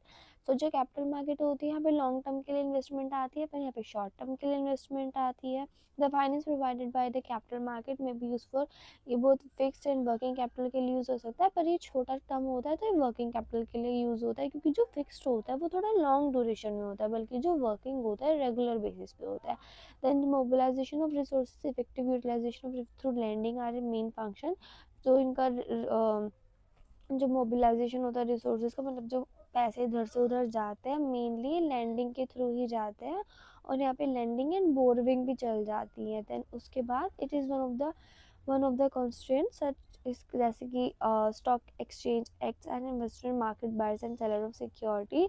जो स्टॉक एक्सचेंज है वो इसमें पार्टिसिपेट करता है, बट इसमें कोई ऐसी वो नहीं है। यहाँ पे सिर्फ loan market, collateral loan market and bill market and acceptance house चलते हैं। Then fifth one it acts as a ये एक मिडलमैन के लिए काम करता है as a investor and entrepreneurship. और यहाँ पे एक ये डिपॉजिटरी और बोरोवर, क्योंकि देखो यहाँ पे इन्वेस्टर और जो एंटरप्रेन्योर है दोनों ही लार्ज अमाउंट में करेंगे, तो इसलिए कैपिटल मार्केट में है। देन उसके बाद next one that is under writing is core of primary markets. Primary activities under writing होती है यहाँ पे, क्योंकि एज अ प्राइमरी एक्टिविटीज़ में लिया जाता है, और अंडर राइटिंग यहाँ पे सेकेंडरी फंक्शंस में आता है। Then it is investment, it is investment institution raise capital from public and invest in selected security as to give the highest possible return with the lowest risk। देखो जो investment होती है capital raise करने के लिए करी जाती है, पब्लिक के बेसिस पे भी कर सकते हो। यहाँ पे आपका रिटर्न जो होता है वो ज़्यादा होता है, और जो रिस्क होता है वो थोड़ा कम के लिए किया जाता है। यहाँ पे क्या होता है, यहाँ पे कमर्शियल बैंक आते हैं, business cooperative, non bank financial concern, ये सब आते हैं अपने शॉर्ट टर्म सरप्लस फंड के लिए। जो ये लॉन्ग टर्म फंड देता है सेंट्रल और स्टेट गवर्नमेंट को भी दे सकता है, पब्लिक लोकल बॉडीज़ को भी दे सकता है, बट हमारा जो मनी मार्केट है ये शॉर्ट टर्म होता है, जो ये गवर्नमेंट देती है ट्रेजरी बिल्स और उधर डिस्काउंटिंग करने के लिए। देन उसके बाद डेब्ट मार्केट की, डेब्ट मार्केट क्या होती है। So it is a market meant for trading. ये एक ऐसी मार्केट है जो ट्रेडिंग के लिए बनाई जाती है, हमें बाइंग एंड सेलिंग होती है फिक्स्ड इनकम इंस्ट्रूमेंट्स की। फिक्स्ड इनकम इंस्ट्रूमेंट्स जो होता है ये सेंट्रल और स्टेट गवर्नमेंट और म्यूनसिपैलिटी कॉर्पोरेशन बॉडीज और private entities like banks corporate ये सब इशू करते हैं। सो यहाँ पे क्या होता है, अगर अदर वर्ड्स की बात करें, debt market refer the financial market where investors buy and sell डेब्ट सिक्योरिटीज। यहाँ पे सिर्फ डेब्ट सिक्योरिटीज़ की बाइंग एंड सेलिंग होती है मोस्टली, जैसे कि बॉन्ड्स होते हैं उनमें। जो ये मार्केट होती है इनका the markets are important source of fund specially developing economy like India. ये ना मेन सोर्स ऑफ फंड है जैसे कि इंडिया। देन इंडिया डेब्ट market is one of the largest in Asia. जो इंडिया की डेब्ट मार्केट है वो लार्जेस्ट है सबसे एशिया में। देन उसके बाद बॉन्ड्स एंड डेब्ट डिफाइंड। बॉन्ड्स एंड डेब्ट होते क्या है, simply put a bond A debt can be defined as a loan for which an investor is lender। ये एक ऐसा लोन है जो कि हम लेते हैं लेंडर से। देन उसके बाद the issuer of bond pays the investor interest and pre-determined share in return for the funding, देखो मैंने किसी से लोन लिया तो वो मुझे फ्री में तो नहीं देगा, मुझे इंटरेस्ट पे करना पड़ेगा। यस, वही चीज़ है इसमें। Then the maturity date refers to the date on which the issuer has to repay principal amount to the investor. और जो मैच्योरिटी डेट क्या होती है, मैच्योरिटी डेट होती है जिस दिन मान लो मुझे उससे 10,000 रुपये लेने थे, बट उसने मुझे 5% ऑफ इंटरेस्ट रेट पे दिया, तो मैं हर महीने उसको इंटरेस्ट रेट पे करूँगी। और मैच्योरिटी डेट कब होगी, जब मैं उसके प्रिंसिपल अमाउंट पे करूँगी, that is 10,000। Then debt and equity, आपको डेट तो पता ही लग गया, लोन है। इक्विटी मैंने बताया हुआ कि शेयर्स खरीद लेते हैं, उसमें मतलब इन्वेस्टिंग हो जाती है कंपनी में, जो कंपनी होती है उसको पैसे मिल जाते हैं, और जो पब्लिक होती है उसको ऑनरशिप मिल जाती है सामने वाली कंपनी में। Then when an investor invest money via equity he become the owner, कि देखो वो ओनर बन जाता है इक्विटी शेयर का, फिर उसको वोटिंग राइट मिल जाता है कंपनी के। देन फ्यूचर में प्रॉफिट होगा तो उसके लिए मिल जाता है। बट अगर डेब्ट की बात करें तो वो जो इन्वेस्टर होता है वो कंपनी का क्रेडिटर बन जाता है। देन जो क्रेडिटर होता है उसको क्लेम मिलता है एसेट्स के ऊपर, जो शेयर होल्डर में के बिहाफ पे। देन उसके बाद however a debt investor does not, इसको जो डेट इन्वेस्टर होता है इसको कोई वोटिंग राइट नहीं मिलता क्योंकि वो ऑनर नहीं होता है। देन उसके बाद उसको सिर्फ इंटरेस्ट रेट मिलता है जो कि इसे रीपे करना पड़ता है। देन उसके बाद फीचर्स, फीचर्स क्या होता है, फिक्स रिटर्न, जो डेब्ट इंस्ट्रूमेंट होते हैं इनको फिक्स रिटर्न मिलता जाता है। देन उसके बाद रिस्क फ्री रिटर्न, जो रिटर्न्स होते हैं ऑलमोस्ट रिस्क फ्री होते हैं। देन रेट ऑफ इंटरेस्ट कितना होता है, so fix rate of rate return on bond is often term as coupon rate, जो फिक्स रिटर्न मिलता है बॉन्ड्स पे उसको बोल देते हैं हम कूपन रेट या फिर interest rate. Then the buyer, जो बॉन्ड होता है, बायर जो बॉन्ड का बायर है, given the buyer of bond giver the seller a loan, वो सेलर को एक लोन देता है फिक्स रेट पे। देन उसके बाद इक्वली कूपन रेट पे चार्ज करता है। देन उससे प्रॉपर उसके बाद the coupon is the amount the investor will receive या इंटरेस्ट, और कूपन एक ऐसे अमाउंट है जिसमें जो इन्वेस्टर होता है उसको इंटरेस्ट मिलता है, इसे हम कूपन बोल सकते हैं। देन उसके बाद ये फिजिकल कूपन होता है। देन उसके बाद उसे पे भी करना पड़ता है मंथली, बस यही सब लिखा है इसमें। देन उसके बाद इशू प्राइस, इशू प्राइस क्या होता है, सो बॉन्ड्स में भी इशूड एट फेस वैल्यू और at a discount to the face value, जो इशू प्राइस होता है बॉन्ड्स का, ये भी सिक्योरिटीज ही हो, जैसे कि इक्विटी सिक्योरिटी है, ये भी सिक्योरिटी है। तो जो बॉन्ड्स होते हैं ये फेस वैल्यू पे होते हैं या फिर डिस्काउंट वैल्यू पे होते हैं। जो इन्वेस्टर्स होते हैं should keep mind in the price at the instrument trade in the market is not the face value, कि जो मार्केट में हम मार्केट में फ्लक्चुएट करेंगे अपनी सिक्योरिटीज़ को, वो हमारी फेस वैल्यू पे नहीं होनी चाहिए, उन्हें ध्यान देना चाहिए। Then the price of an instrument can keep fluctuating in a proper life time, fluctuate ही होता रहता है इनका रेट, जो जितनी भी सिक्योरिटीज़ होती हैं। देन उसके बाद it if a bond trades for a higher price than its face value then it's said to be traded premium। अगर देखो मेरा बॉन्ड है वो 10 रुपीज़ का, बट मैं 12 में बेचूंगी तो मैं उसको प्रीमियम पे बेचूंगी, अगर वो थोड़ा कम है तो वो डिस्काउंट पे हो जाएगा। Then maturity in debt market, so maturity is the date, जब मैच्योरिटी वही डेट होती है जिसमें उसे वापस देना पड़ता है। Then the repaid the principal amount by the issuer, की जो इशूअर होता है उसको वापस देनी पड़ती है इन्वेस्टर को। उसके बाद the tenor of the maturity of an instrument can range from 1 days to 30 years, 1 day to 30 years तक का भी हो सकता है। फॉर द लॉन्गर पीरियड ही होता है ये। तो मैच्योरिटी पीरियड हमें instrument with the maturity period are the term है शॉर्ट टर्म, और जितने भी अगर मान लो 1 साल से अंदर उसकी मैच्योरिटी पीरियड है तो वो लॉन्ग टर्म में नहीं आएगा, वो शॉर्ट टर्म में आएगा। Then issuer, so any corporate or government entity that issue a fixed income security as term as an issuer, कोई भी कॉर्पोरेट और गवर्नमेंट बॉडी है जो इशू कराती है फिक्स्ड इनकम सिक्योरिटी, इसको हम इशूअर बोल देते हैं। while selecting a debt instrument the investor primarily consider the stability of issuer, तो अगर आपको किसी से पैसे लेने या देने होते हैं तो पहले आप उसकी सिक्योरिटी चेक करते हो ना कि वो प्रॉपर दे भी पाएगा या नहीं दे पाएगा। Sense assures repayment of the principal, India concept instrument is मतलब जो सेंट्रल स्टेट गवर्नमेंट होती है ज़्यादा स्टेबल होते हैं तो वहीं से लाके सब कराते हैं।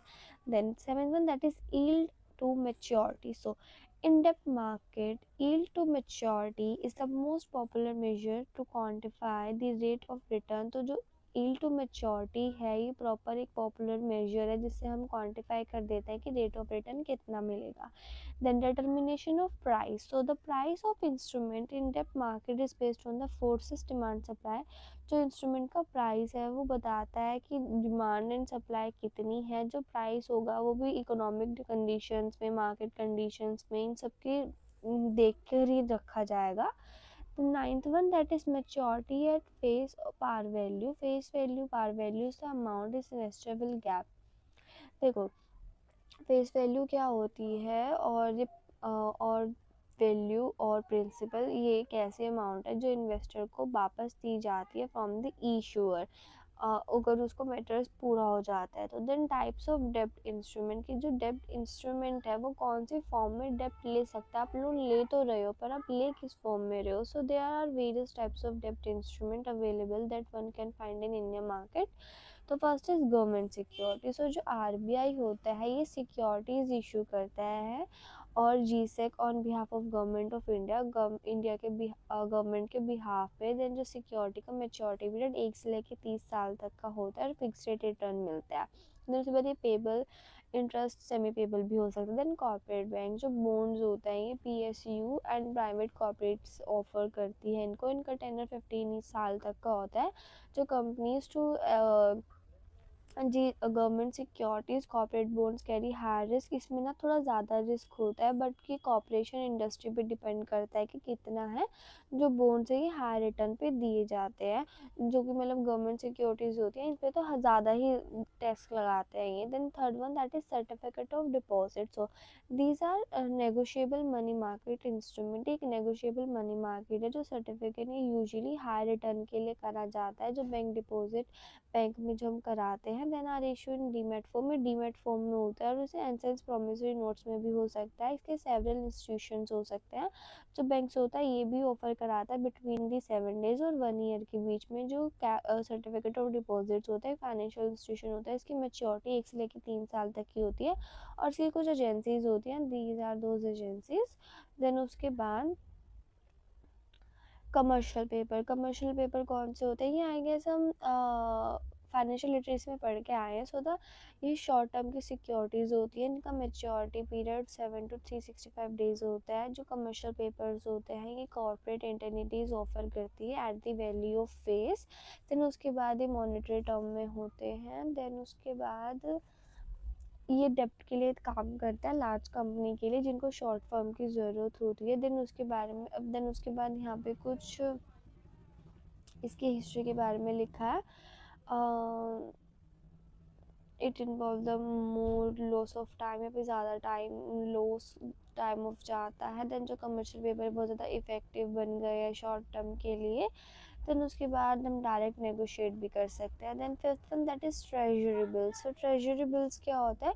ट्रेजरी बिल्स और टी बिल्स ये शॉर्ट टर्म सिक्योरिटी है जो आरबीआई इशू कराता है टेम्प्रेरी टाइम पे। जो मेजोरिटी होती है जो इनकी मेच्योरिटी होती है वो 91 डेज टू 364 डेज तक के लिए होती है जिनकी फेस वैल्यू 100 होती है and they do not have interest payment. इनकी कोई इंटरेस्ट पेमेंट नहीं होती। दे आर ये डिस्काउंट पे जाते हैं। देन उसके बाद ज़ीरो कूपन बॉन्ड्स के होते हैं ये अवेलेबल है discount to their face value. ये हमें डिस्काउंट पे मिलते हैं, इन पे कोई इंटरेस्ट नहीं दिया जाता है। देन जो बॉन्ड होते हैं इनकी फेस वैल्यू 10% होती है, डिस्काउंट पे आके इनकी 80% हो जाती है। देन उसके बाद और जब ये रिडीम करे जाते हैं तो हमें ना 100 देने पड़ता है। जो सिक्योरिटीज़ होती हैं इनका कोई कूपन नहीं होता है, इंटरेस्ट रेट नहीं होता है। देन उसके बाद seventh one that is deep discount bond. So deep discount bonds क्या होते हैं? A deep discount bonds will have a market price of 20%। इनके पास जो मार्केट प्राइस का 20% होता है और more below its face value, उसकी फेस वैल्यू से कम भी हो सकता है। देन उसके बाद these bonds are perceive to be riskier than similar bond. ये थोड़े रिस्कर होते हैं सिमिलर बोन्ड है जितने में हमने अकॉर्डिंगली भी पढ़े हैं। जो लो कूपन बोन्ड्स होते हैं टिपिकली लॉन्ग टर्म के लिए होते हैं। देन उसके बाद इनका थोड़ा हाई रिटर्न होता है and minimal chance of being called before maturity. अगर आप मैच्योरिटी से पहले करोगे तो हायर चांस होगा। तो उसके बाद eighth one that is PSU tax free untaxable bonds. तो टैक्स फ्री बॉन्ड्स एक ऐसे डेब्ट इंस्ट्रूमेंट है जो कि फिक्स्ड कूपन के लिए करे जाता है, तो सेमी एनुअली या एनुअली करे जाता है टिल द मैच्योरिटी पीरियड। जो अमाउंट होती है इसमें एग्जाम फ्रॉम मी, इसमें ये इनकम टैक्स नहीं होता, इसमें किसी टैक्स एक्ट के अंदर नहीं आता, ये जो होते हैं कि एडिशनल टैक्सेशन के अंडर भी नहीं आता है। जो टैक्स फ्री बॉन्ड्स है ये हाईली पॉपुलर इन्वेस्टमेंट है और ये क्या क्या ऑफर करता है, इसमें कोई टैक्स फ्री इनकम नहीं होती, लो रिस्क ऑफ डिफ़ॉल्ट होता है, देन बॉन्ड्स होता है, ये भी लिक्विडिटी बहुत ज़्यादा होती है, डीमैट फॉर्म का ऑप्शन भी होता है, कुछ इसकी एजेंसीज भी हैं जो कि नीचे मेंशन करी हैं। फिर उसके बाद डिबेंचर्स। डिबेंचर्स क्या होता है? So a company may raise a long term finance to public borrowing. जो कंपनी होते हैं वो पब्लिक से लॉन्ग टर्म फाइनेंशियल बोरिंग्स करते हैं। जो लोन्स होते हैं ये debentures raise by the issue of debentures, debenture को इशू करके बने जाते हैं। जो डिबेंचर होते हैं एक्नॉलेजमेंट होती है डेब्ट की। जो डेब्ट होते हैं एक ऐसा इंस्ट्रूमेंट है जो कि फिजिकल एसेट में नहीं करा जाता है, ऐसा एसेट्स और कोलेटरल में किया जाता है। जो डिबेंचर्स होते हैं ये सिर्फ government only backed are only by general credit worthiness और reputation of the issuer, ये इश्यूज के बिहाफ पे करी जाती है। तो जो बहुत ज़्यादा फेमस है वहाँ पहले से ही पड़ता है, जो फेलियर टू पे बॉन्ड इफेक्टिवली मीन्स बैंकरप्टी। अगर आपने डिबेंचर्स के साथ फेलियर करा तो आप एक बैंकरप्ट हो जाओगे। Then 10th one that is government guarantee bonds. जो बॉन्ड्स होते हैं जो कि जिसमें inherent risk default and could mean bond holder never gets a principal back upon the maturity, loses a periodic interest payment। तो इसमें काफ़ी ज़्यादा रिस्क होता है। देन यहाँ पे बैकअप ईयर भी होता है। Then because of this lower risk the guaranteed fill its obligation bonds generally have a lower interest and non guaranteed bond. जो कि गवर्नमेंट गारंटेड होती है इनका जो रिस्क होता है वो थोड़ा कम होता है एंड जिनका इंटरेस्ट रेट होता है वो भी थोड़ा कम होता है। And guaranteed can be backed by bond issuer और उनको बाय बैक भी कर सकते हैं। देन उसके बाद क्लासिफिकेशन ऑफ इंडियन डेब्ट मार्केट की। इंडियन डेब्ट मार्केट का क्या क्लासिफिकेशन है? सो इंडियन डेब्ट market can be classified into two groups या टू कैटेगरीज। ये टू कैटेगरीज में है। First is government securities market, second is bond market. So first government securities market, जिसे जी सेक मार्केट भी बोला गया है। So government securities are the instrument issued by government, issued by central government, state government and semi government bodies, public sector corporation, financial institution such as IDBI और FCI, state finance corporation, इन सब से issue होता है in the form of marketable debt. ये marketable debt में आता है। सो जो गवर्नमेंट सिक्योरिटीज़ होती है ये इंपॉर्टेंट पार्ट होता है स्टॉक मार्केट का। इंडिया में जितना भी फंड है वो इसी से मोबिलाइज हो सकता है। देन उसके बाद funds mobilise use to need, ये शॉर्ट टर्म और लॉन्ग टर्म के लिए दोनों होता है और ये सेफेस्ट होता है सारे ही उसमें। देन इनको हम ग्लिड एडिट सिक्योरिटीज़ भी बोल सकते हैं और यहाँ पे थोड़े रिस्क फ्री भी हो सकता है, थोड़ी ज़्यादा लिक्विडिटी भी होती है इनमें। तो उसके बाद features of government securities market, कौन कौन से फीचर्स हैं? So main features generally marketable instrument है जो सेंट्रल स्टेट गवर्नमेंट इशू कराती है, बहुत ज़्यादा इंपॉर्टेंट होती है। जो RBI होता है यही परचेज एंड सेल करता है। तो गवर्नमेंट सिक्योरिटीज़ होती है इनका फिक्स रेट ऑफ इंटरेस्ट भी हो सकता है जो हाफ ईयरली पे भी हम पे कर सकते हैं। देन उसके बाद the face value of the securities, इनकी जो फेस वैल्यू है वो 100 से लेकर 1000 की हो सकती है। ये सेफेस्ट होता है ऑफ ऑल। तो उसके बाद जो इंटरेस्ट होता है वो भी थोड़ा सा कम होता है एंड यहाँ पे 80 लाख ऑफ इनकम टैक्स के बेसिस पे होता है। तो जो गवर्नमेंट सिक्योरिटीज़ है हम इनको स्टॉक सर्टिफिकेट में भी इशू करा सकते हैं, प्रॉमिसरी नोट में भी इशू करा सकते हैं। जो गवर्नमेंट सिक्योरिटीज़ है पब्लिक डेप्ट ऑफिस में भी इशू करा सकते हैं और इनको लिस्टिंग की भी इतनी ज़्यादा ज़रूरत नहीं होती। There is no need to issue prospectus, इनको प्रोस्पेक्टस इशू कराने की भी ज़रूरत नहीं होती है। then the government securities is market over than the counter market, there's no one to one correspondence between one, और यहाँ पे one to one correspondence one to one correspondence भी हो सकता है between the buyer and sellers बिना किसी broker की सर्विस लिए। देन उसके बाद institutional investor are the main participant in the government securities market. जो इंस्टीट्यूशनल इन्वेस्टर्स होते हैं मेन पार्टिसिपेंट्स होते हैं गवर्नमेंट सिक्योरिटीज़ मार्केट के। बट जो RBI है उन्होंने अलाउ कर दिया कि आप गवर्नमेंट सिक्योरिटीज़ को भी ले सकते हो at a non competitive environment पे। देन उसके बाद Brokers and dealers play very limited role in marketing government securities because bank approach RBI directly the securities. जो ब्रोकर्स होते हैं उनका काम बहुत कम होता है क्योंकि जो बैंक होते हैं वो डायरेक्टली खुद ही डील कर लेते हैं इन सब चीज़ों से.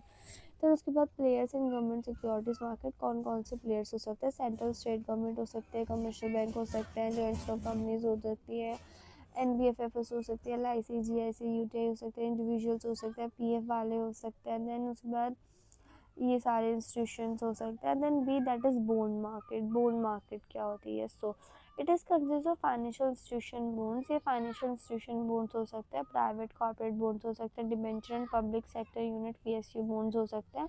जो बॉन्ड्स होते हैं फाइनेंशियल रिक्वायरमेंट के लिए करे जाते हैं, जो फिक्स्ड कॉस्ट पे होते हैं. एंड उसके बाद यहाँ पे remove uncertainty of financial cost.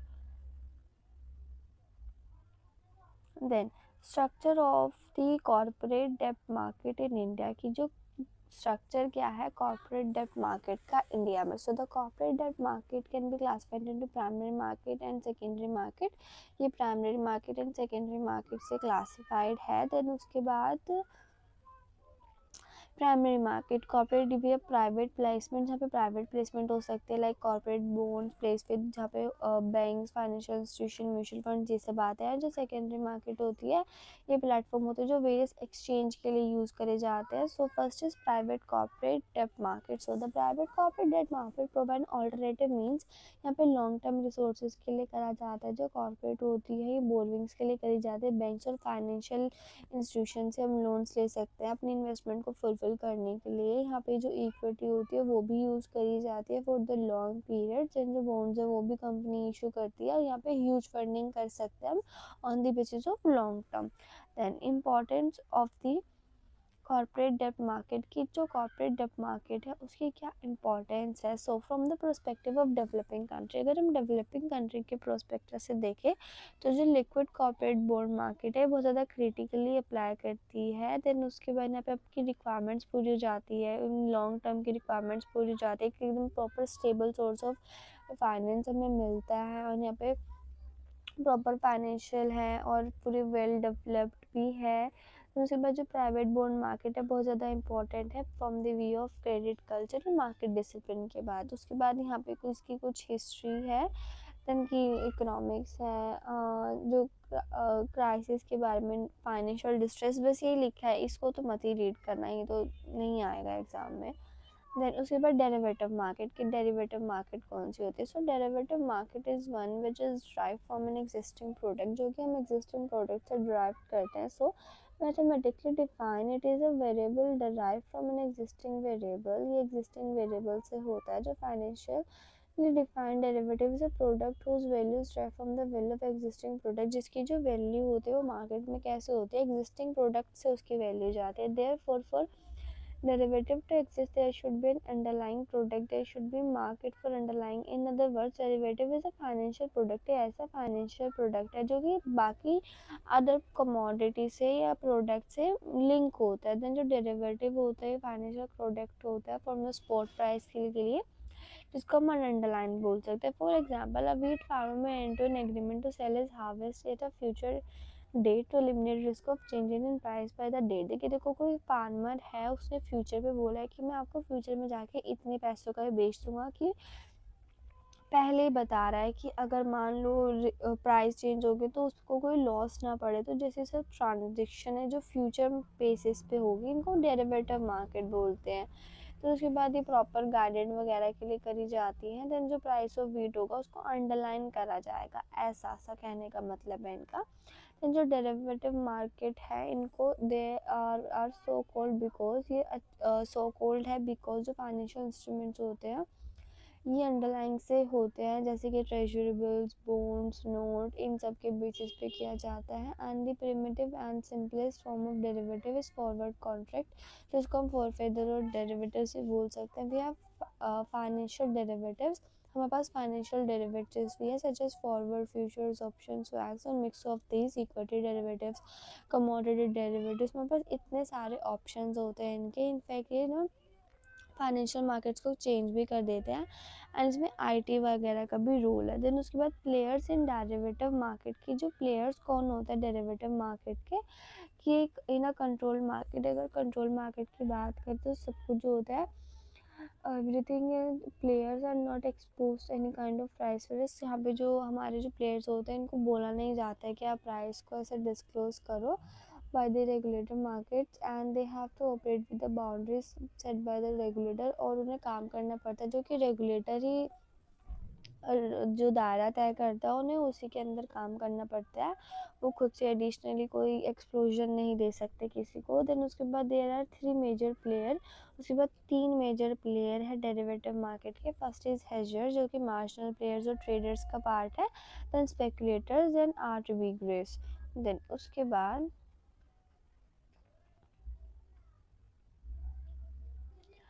अब पढ़ते हैं इन सब की मीनिंग। सो हेजर्स कौन हो सकते हैं? हेजर्स होते हैं जो मार्जिनल प्लेयर जो कि प्रोटेक्शन वगैरह के एक्सपोजर के लिए काम करते हैं। देन जो ट्रेडर जो प्रोडक्ट्स का ट्रेड करते हैं, जो कि रिस्क प्रोटेक्शन इन सब में इन्वॉल्व होते हैं। देन जो स्पेकुलेटर्स कौन होते हैं? जो प्राइस होता है वो अप एंड डाउन होता रहता है यूजुअली किसी मार्केट में डिमांड एंड सप्लाई को लेकर, ऐसे कॉम्पिटिटिव मार्केट पे। So it also move from base ability to play to predict, तो यहाँ पे कुछ प्रिडिक्ट कर सकते हैं, रिस्क को मैनेज कर सकते हैं। तो ये जो प्लेयर्स होते हैं इनको स्पेकुलेटर्स बोल सकते हैं। तो ये प्रीपेड एज्यूम कर लेते हैं कि कितना रिस्क फ्यूचर में होने वाला है। देन हमारे पास आ जाता है आर्बिट्रेज। तो यहाँ पे क्या होता है, ये अपॉर्चुनिटीज़ के लिए होता है मनी में, जो कि प्राइस मिसमैच होता है टू डिफरेंट कमोडिटी का कि कैसे करना है। देन यहाँ पे प्रॉपर देखता है कि मार्केट को कैसे हैंडल करना है। देन अब पढ़ते हैं structure of derivative. So a derivative is an agreement to buy और sell a fixed amount of currency और अ कमोडिटी और अ सिक्योरिटी और a financial instrument on a fixed future date at a pre determined price. कि देखो एक derivative क्या होता है, कैसे एग्रीमेंट होता है जिसमें मैं तो खरीदते हैं या बेचते हैं एक फिक्स अमाउंट की करेंसी, कमोडिटी या फिर कोई सिक्योरिटी या फिर कोई भी फाइनेंशियल इंस्ट्रूमेंट हो सकता है जो हम फ्यूचर में खरीदेंगे, पर हम उसका जो प्राइस है वो पहले से डिटरमाइन कर लेते हैं। ठीक है, तो ये हमारा एक फ्यूचरेटिव होता है थोड़ा सा। Then, various derivative products are based on the above common features, but each product has its own distinct additional features। कि देखो सारे प्रोडक्ट तो सेम जैसे होते हैं बट उनके कुछ कुछ अलग फीचर्स होते हैं जो उनके खुद में ही इंडिविजुअलिटी प्रोड्यूस करते हैं। देन डेरिवेटिव जो होते हैं 3 तरह के होते हैं, ऑप्शंस में, फॉरवर्ड्स में लाइक फ्यूचर्स में, एंड स्वैप्स में। तो first is option. So an option is a contract conveying the right but not the obligation to buy और sell specified financial instrument at a fixed price before और a certain date. कि देखो एक option एक ऐसा contract है जहाँ पर राइट तो होता है बट ऐसा नहीं है कि आपको ज़बरदस्ती करना ही पड़ेगा, कुछ खरीदना या बेचना पड़ेगा फिक्स प्राइस पे सर्टेन डेट के लिए। Then there are two parties in option in which the buyer receive a right for a which he pays fee called premium। कि देखो यहाँ पे जो बायर होता है वो उसके पास एक राइट होता है, इसमें वो premium receive a right for which, उसको एक राइट मिलता है जहाँ पे उसे फीस पे करनी पड़ती है, that's called premium. And the seller undertake an obligation, जहाँ पे जो सेलर होता है उसके पास ऑब्लिगेशन होती है। Then, buyer of the option pay the premium to the option writer seller to the compensate him renouncing the right incurring his obligation। है कि देखो जो बायर होता है उसके पास जो ऑप्शन का जो बायर होता है उस पर प्रीमियम देता है, वो जो सेलर होता है उसको प्रीमियम देता है जिससे कि वो उसके ऑब्लिगेशंस को फुलफिल कर सके। देन उसके बाद the price is a price fix and negotiated when the option is both and sold. की देखो जो प्राइस होता है ना प्रीमियम का वो हमें खरीदते और बेचते हम उसे ना नेगोशिएट कर लेते हैं। Then the buyer have discretion to exercise his option in future. Option are used whether when either the amount, timing, exposure are not known its certainty। कि देखो जहाँ पे हमें टाइम का पहले से कुछ पता नहीं होता ना वहाँ पे हम वहाँ पे ऑप्शन करते हैं। देन जो पर्सन होता है who buy the option is said to be long in option, the other seller is said to be short। एक जो पर्सन होता है जो खरीदता है वो टू बी लॉन्ग ऑप्शन होता है एंड जो अदर जो बेचता है उसके लिए थोड़ा शॉर्ट ऑप्शन होता है। देन फीचर्स कौन कौन से होते हैं ऑप्शन के? Only the buyer and the और the owner has right to exercise the option, कि देखो जो बायर होता है या फिर जो ऑनर होता है उसके पास ऑप्शन का राइट होता है। जो बायर होता है उसके पास लिमिटेड लायबिलिटी होती है। जो ऑप्शन होता है यहाँ पे दो पार्टीज तब के कर जाता है, यहाँ पे बायर और राइटर या फिर सेलर में कोई स्ट्राइक या डील हो।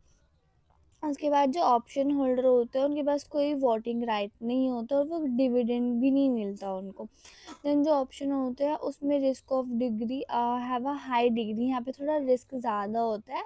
जो ऑप्शन होते हैं यहाँ पे option involves buying counter options by with writers, कि उसको वहाँ पे बहुत सारे ऑप्शंस भी मिलता है। Then the option allow the buyer to earn profit, जो ऑप्शन होता है वहाँ पे बायर को अलाउ करता है आप प्रॉफिट अर्न करने के लिए। अगर मार्केट आपके फेवरेबल है तो जो ऑप्शन है यहाँ पे थोड़ा सा फ्लेक्सिबल भी है। And no certificate of issue by the company, और कंपनी को इस इशू ऑफ सर्टिफिकेट भी नहीं देती है। देन स्टाइल्स ऑफ ऑप्शन की जो ऑप्शन है वो कौन कौन से स्टाइल्स में होता है। तो first is American style option, can be exercise by the holder of the option any time between the purchase date of expiration. तो ये वो काम है जो कि होल्डर करता है, वो किसी भी टाइम कर सकता है, तो परचेज के और एक्सपायर डेट के बीच में कभी भी कर सकता है। Then usually the holder of an American style call exercise his option whenever the price underlying the shares exceed the strike price, कि जब भी स्ट्राइक प्राइस से ये इंक्रीज होता है प्राइस तभी वहाँ पे आ जाता है बीच में। then European style option can be exercised only when the expiration date by the holder of the option, कि जहाँ पे जो सिर्फ एक्सपायरेशन डेट से रिलेटेड हो, तो expiry and exercise date coincide with each other, जहाँ पे expiry date and exercise date दोनों कंसाइड कर रही हैं एक दूसरे से। देन उसके बाद आता है capped option have a pre determined cap price, जहाँ पे हम पहले से ही प्राइस को तय करके रख देते हैं कि जब भी वो प्राइस यहाँ पे आएगा तो हम वहाँ पे कॉल ऑप्शन कर लेंगे। मतलब कि ना यहाँ पे होता है कि जब स्ट्राइक पे आएगा जैसे अमाउंट हम तभी उसको बॉट एंड सोल्ड कर लेंगे। देन उसके बाद पढ़ेंगे futures and forward. So one of the important function of a financial market is just to manage risk। देखो बहुत ज़्यादा इंपॉर्टेंट फंक्शन होता है किसी भी मार्केट का कि वो रिस्क को अच्छे से मैनेज कर, जो सारी ट्रांजेक्शन होती है वो प्रॉपर कंप्लीट हो, टाइम पे हो, एंड प्राइस रेंज अच्छे से हो, प्रॉफिटेबल डील हो, कोई अनप्रॉफिटेबल ना निकले जो पर्सन होगा वो। and every person is exposed to some kind of risk due to fluctuation, और अगर कोई फ्लक्चुएशन आ रही है तो किसी ना किसी को तो रिस्क बैरियर करना ही पड़ेगा, तो हम पहले से ही कुछ प्रोटेक्शन लेके चलते हैं for the in the future concern. Then उसके बाद business world due to price fluctuation होती है, जो टूल होता है प्रोटेक्शन के लिए, हम इसको is an agreement to buy sell assets in future for certain price, तो इसलिए हम पहले से वो बना के चल लेते हैं कि हम बाद में जाके तब जाके ये सामान इतने का बेच देंगे। Then a future contract is an agreement between a seller and buyer that calls for the seller called shore. देखिए फ्यूचर एग्रीमेंट क्या होता है, ये between the seller and buyer होता है, जहाँ पे जो सेलर होता है शॉर्ट टर्म के लिए, एंड जो डिलीवर जो गुड्स होती है वो थोड़े लॉन्ग टर्म के लिए जाते हैं। उनकी स्पेसिफाइड क्वांटिटी होती है, ग्रेड होती है, प्रॉपर आइडेंटिफाई होता है, फिक्स टाइम पे जाना होता है, प्री डिटरमाइंड प्राइजेस पे जाना होता है। जो फ्यूचर कॉन्ट्रैक्ट होता है हम इसे ऐसे भी डिफाइन कर सकते हैं, a commitment to buy or sell at a specified price settlement date and designated amount of commodity और a financial asset, कि हम पहले से डिसाइड करके देख लेते हैं कि वो सामान कब जाएगा। Then it legally bind the two parties to make the delivery commodity at a certain point of time, कि पहले से हम देख लेते हैं कि कब किसको सामान जाएगा। देन फॉरवर्ड कॉन्ट्रैक्ट एक ऐसा कॉन्ट्रैक्ट है जहाँ पे डिलीवरी को गुड्स को डिलीवर करते हैं और स्पेसिफिक डिलीवरी के लिए करा जाता है। एंड उसके बाद यहाँ पे दो टाइप्स के होते हैं स्पेसिफिक, का होता है ट्रांसफरेबल स्पेसिफिक डिलीवरी कॉन्ट्रैक्ट्स, इन विच जो राइट्स एंड लाइबिलिटीज़ होती हैं लिखी होती है कॉन्ट्रैक्ट में, और जो नॉन ट्रांसफरेबल स्पेसिफिक कॉन्ट्रैक्ट वो होता है जिसमें राइट्स एंड लाइबिलिटीज़ नहीं होती है ट्रांसफरेबली की।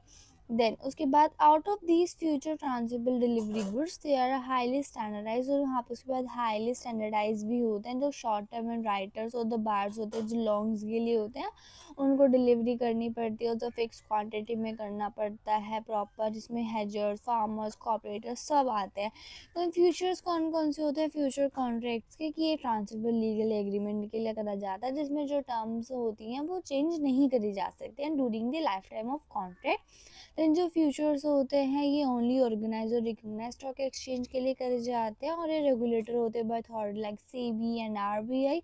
इन जो फ्यूचर वगैरह होते हैं इनके लिए कोलैटरल एंड मार्जिन लगता है। इन जो फ्यूचर कॉन्ट्रैक्ट्स होते हैं इनमें एंटर मोस्टली आइदर बाय इनको हम हेजिंग या फिर स्पेकुलेशन के थ्रू आ जाते हैं। जो फ्यूचर एक्सचेंज जो होते हैं भी प्रॉपर क्लियर हम फैसिलिटी भी प्रोवाइड करते हैं। तो उसके बाद स्वैप्स क्या होता है? A swap is the exchange of cash flow और a set of financial obligation between two parties over time. कि देखो स्वैप क्या है कि एक ऐसा एक्सचेंज है कैश फ्लो का या फिर किसी भी फाइनेंशियल ऑब्लिगेशन का जो टू पार्टीज करती है over a time. So swaps involve the agreement to two parties for a specific time period. की स्पेसिफिक टाइम पीरियड के लिए करा जाता है। स्वैप्स में हम टाइम का इन्वॉल्वमेंट होता है। A party can cancel the agreement before the end of term by playing a financial difference to the other party। की जो भी कोई पार्टी होती है वो अपना एग्रीमेंट कैंसिल कर देती है अगर वो पहले से ही अगर वो पहले से ही उसको पता लग जाता है या फिर कोई डिफरेंस उसको दिख रहा है बिफोर द फाइनल डिफरेंस वो कैंसिल कर सकते हैं। So swap has an become one of the popular financial derivative. जो बहुत ज़्यादा पॉपुलर फाइनेंशियल डेरिवेटिव बन गया है जिसमें हम डीरेगुलेशन या फिर वॉलेटिलिटी इंक्रीज होती है तो हम इसको चेंज कर सकते हैं। Then firms use swap to tap the international financial market. जो फर्म्स होती हैं वो स्वैप्स अप्लाई करती हैं जहाँ पे इंटरनेशनल मार्केट्स होती हैं। देन टाइप्स ऑफ स्वैप्स की जो स्वैप्स है वो कितने टाइप का होता है? जो स्वैप्स होता है interest rate swaps, currency swaps and a combination of these. So पहला पढ़ते हैं that is interest rate swap. So an interest rate swap is an agreement between two parties to exchange interest payment obligation. जहाँ पे उन्हें सिर्फ अपना interest payment obligation exchange करना पड़ता है। There is no exchange of principal either at a outset of maturity। जहाँ पे कोई there is no exchange of principal either at outset at a maturity। कि जो हमारा प्रिंसिपल अमाउंट होता है वो सिर्फ इमेच्योरिटी के टाइम पे ही काउंटेबल होता है।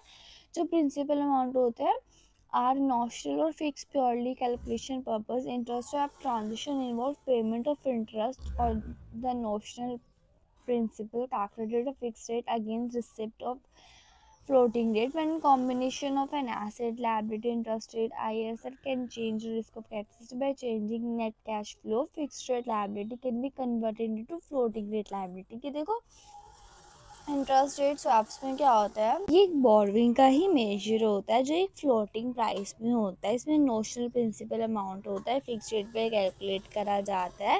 देन जो कंबाइंड लायबिलिटी एंड एसेट्स होते हैं वो भी आईआरएस के अंदर ही आते हैं। यहाँ पे रिस्क भी होता है काफ़ी ज़्यादा net. Then for example fix rate liability can be converted into floating rate liability. कि आपको कोई फिक्स रेट लायबिलिटी दी आपने उसको फ्लोटिंग रेट लायबिलिटी में कन्वर्ट कर दिया। तो फीचर्स कौन कौन से होते हैं? Translating of floating rate borrowing into fix rate and vice versa. तो फ्लोटिंग से आप फिक्स रेट में करवा सकते हो फिर फिक्स रेट से बोरोइंग में करा सकते हो फ्लोटिंग में करा सकते हो। देन जो हमारा इंटरेस्ट रेट स्वैप्स होता है ये एप्लीकेबल होता है new as well as existing borrowings के अंदर। देन ये कस्टमाइज भी हो सकता है as per the agreement and contract और ये सिमिलर होता है ऑफ बैलेंस शीट ट्रांजेक्शन के। Then uses of interest rate swap. So ये कहाँ पे यूज़ होता है? इसे हमारी कॉस्ट ऑफ बोरोइंग थोड़ी रिड्यूस हो जाती है। एक पूरे इंटरेस्ट रेट और रिस्क को फॉरेन करेंसी को प्रॉपर बैलेंस कर सकता है और ये हमारा हाई यील्डिंग इन्वेस्टमेंट एसेट्स हो सकते हैं और स्पेकुलेशन में भी काफ़ी हद तक काम आता है। Then the value of an interest depends upon the behaviour of market. इसे देखिए जो हमारा आईआरएस है ये प्रॉपर मार्केट पे डिपेंड करता है कि मार्केट कैसी है उसके प्लेयर्स क्या क्या हैं। वैसे पता चलता है करेंसी स्वैप्स। तो करेंसी स्वैप्स होती है जहाँ पे हम बोरोइंग्स को हम करेंसी में कन्वर्ट करा लेते हैं and the vice versa. Currency swaps use to convert borrowing in one currency usually foreign currency. कि आप अपनी बोरोइंग्स को फॉरेन करेंसी में कन्वर्ट करा रहे हो into borrowing in other currency. कि आप अपनी एक कंपनी से दूसरी कंपनी में बोरोइंग्स ऐसे कन्वर्ट करा रहे हो। तो जो सिग्निफिकेंट बैटर फंडिंग है बैटर फंडिंग के लिए होता है और सिंपल डेप्ट के लिए होता है। जो borrowers with funding advantages it's different market exchange this benefit. यहाँ पे एक एट्रैक्टिव वे होता है ये Currency swap is a contract between two counterparties involving exchange of cash flow in two differential countries, जहाँ पे हमारा cash flow exchange होता है in two different country currencies में. Then currency swap can be two types, दो types का होता है. एक होता है coupon swap, that is coupon swap involves only exchange of coupon rate. यहाँ पे सिर्फ कूपन रेट का ही एक्सचेंज होता है. The principal is not exchange. जो प्रिंसिपल रेट होता है वो चेंज नहीं होता है. Coupon swap takers view only the interest payment while leaving principal untouch. कि देखो प्रिंसिपल अमाउंट होती है उसको तो टच नहीं करते, बल्कि जो हमारा इंटरेस्ट रेट है हम उसी में थोड़ा सा मेजर शिफ्ट कर देते हैं. देन उसके बाद cross currency swap. So cross currency swap क्या होता है? A cross currency swaps both the principal and coupon amount. जहाँ पे principal and visible coupon amount को दोनों को ही हम चेंज कर सकते हैं. जो currency rate for the final exchange is set the beginning of the swap. की जो फाइनल की जो करेंसी का फाइनल एक्सचेंज होगा उसको बिगनिंग में ही हम देख लेंगे कैसे है, कैसे लूपर कूपन को वहीं पे जाके लॉक कर देंगे. देन ग्रॉस करेंसी स्वैप की सिग्निफिकेंटली हायर इंटरेस्ट, यहाँ पे थोड़ा हाई इंटरेस्ट मिलता है एज पर दी कूपन स्वैप. तो उसके बाद फोर्थ वन पढ़ते हैं, दैट इज कमोडिटी मार्केट. की कमोडिटी मार्केट क्या होती है? So the word commodity market originate from French word. ये फ्रेंच वर्ड से आया था, that means is commodite. So which refer to an object of utility that offer some convenience for useful service. यहाँ पे जो सर्विस को use करने के लिए कन्वीनियंस वे में मिलता है. It is a thing of value which uniform quality and produce large quantities by many producer. ये एक ऐसी वैल्यू है जहाँ पे यूनिफॉर्म क्वालिटी में सामान आता है और लार्ज क्वांटिटीज़ में आता है. सिंपल लैंग्वेज की बात करें तो यहाँ पे कोई भी प्रोसेस या कोई फिजिकल एट्रीब्यूट है. The forward contract regulation act define करता है इसको. एवरी काइंड जो भी मूव कर सकता है इधर से उधर over the actionable claims money securities. एक कमोडिटी ऐसा प्रोडक्ट है जिसकी कोई कमर्शियल वैल्यू है, जो प्रोड्यूस करा जा सकता है, खरीदा जा सकता है, बेचा करा जा सकता है, कंज्यूम करा जा सकता है. हम इसको आर्टिकल, प्रोडक्ट, मटेरियल किसी भी तरीके में से ले सकते हैं.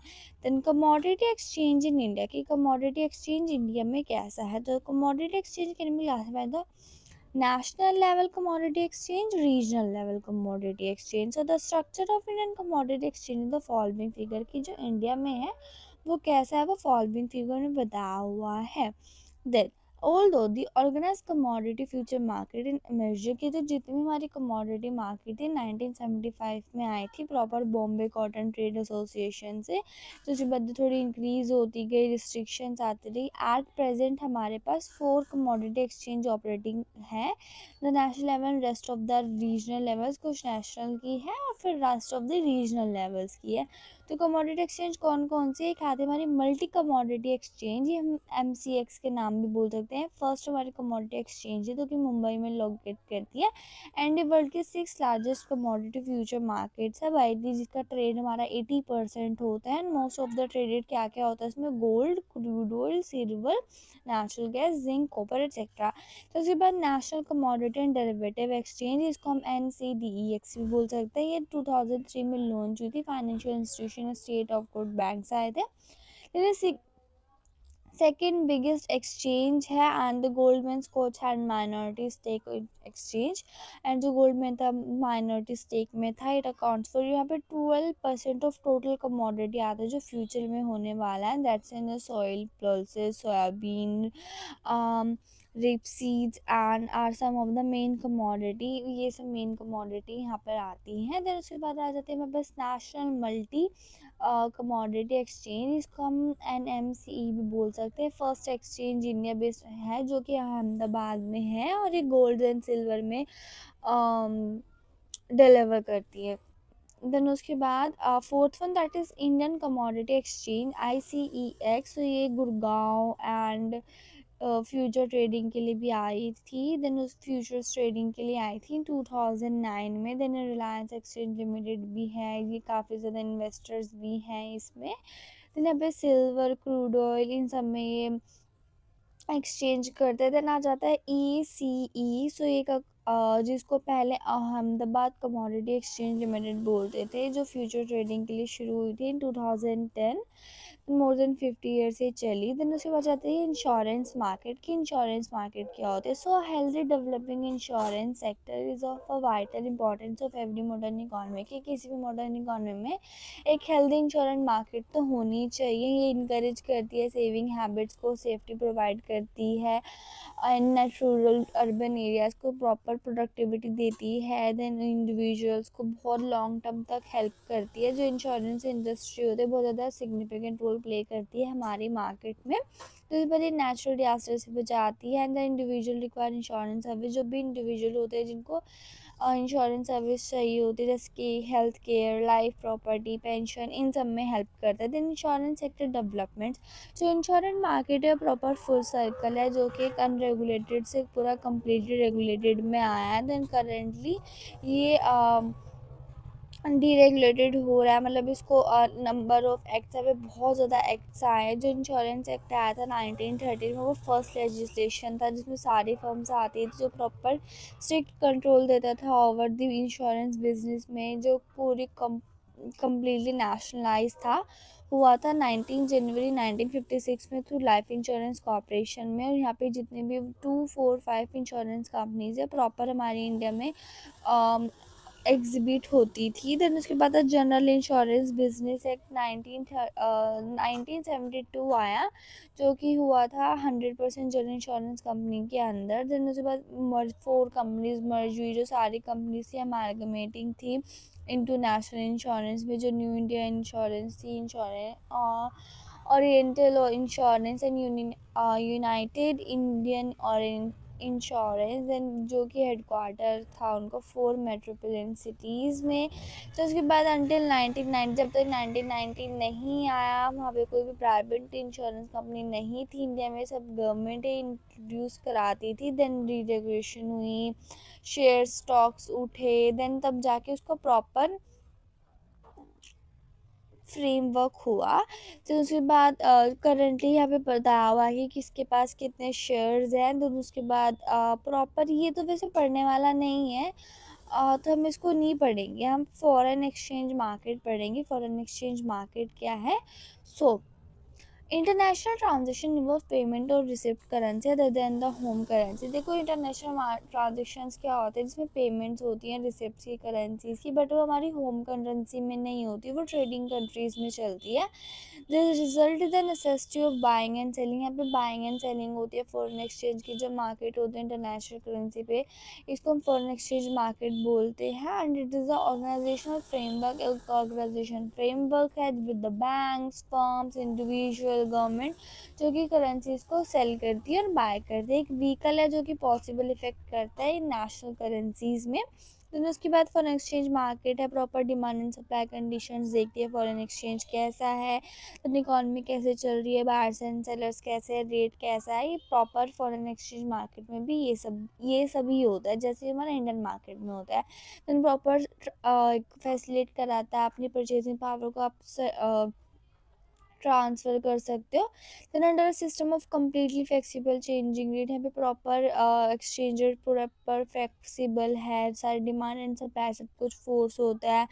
देन उसके बाद it has a strict exchange control system. जितने फॉरेन ट्रेड है प्रॉपर रूटेड होता है सेंट्रल बैंक से, जितने भी सारे इंपॉर्टेंट फैक्टर्स होते हैं वो भी सेंट्रल बैंक ही लेता है। Then features of foreign exchange market, फैम के क्या क्या फ़ीचर्स है। तो जो the world foreign exchange market is in, ये ओल्डेस्ट है, बिगेस्ट है, मोस्ट लिक्विड मार्केट है। इसकी कोई जोग्राफिकल लोकेशन नहीं है।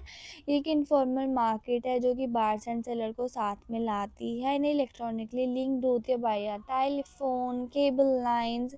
एंड जो ट्रेडिंग एंड जो हमारी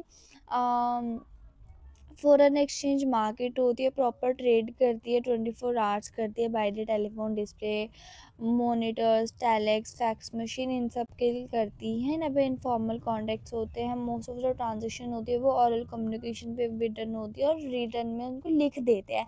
जो मोस्ट ऑफ द ट्रांजेक्शन होती है बिटवीन दी बैंक्स होती हैं, यूएस डॉलर्स के अंडर होती हैं। जो एडवांटेजेस होता है इसका कि बहुत ज़्यादा इंपॉर्टेंट है वर्ल्ड इकॉनमी के लिए, कोई भी ज़्यादा डिफ़िकल्ट नहीं है, कोई भी कर सकता है। And the dollar is also called a vehicle currency. जो डॉलर है उसको व्हीकल करेंसी बोलते हैं, क्योंकि जो हमारा ये हमारा एक बेस होता है। अगर आपको किसी भी कंट्री में अगर आपको किसी भी करेंसी चेंज करानी है, तो पहले मान लो कि मुझे इंडिया से वियतनाम की करेंसी चेंज करानी है, तो पहले मेरी डॉलर में कन्वर्ट कर जाएगी, देन डॉलर से वियतनाम में और वियतनाम की डॉलर्स में कन्वर्ट कर जाएगी, मतलब समथिंग ऐसा जो 12th में पढ़ा था, is something like that. So yeah that's for chapter number 1 of financial market services, that is introduction to financial market. So I hope you like this video. और अगर आपको चैप्टर नहीं समझ में आया तो इट्स टोटली फाइन, हम एक रिवीजन वीडियो बनाएंगे, उसमें कर लेंगे, and I do better in the next chapter. So I hope you like this video, subscribe my channel, हम जल्दी से 1K तक पहुंच जाए। Then see you next video, take care.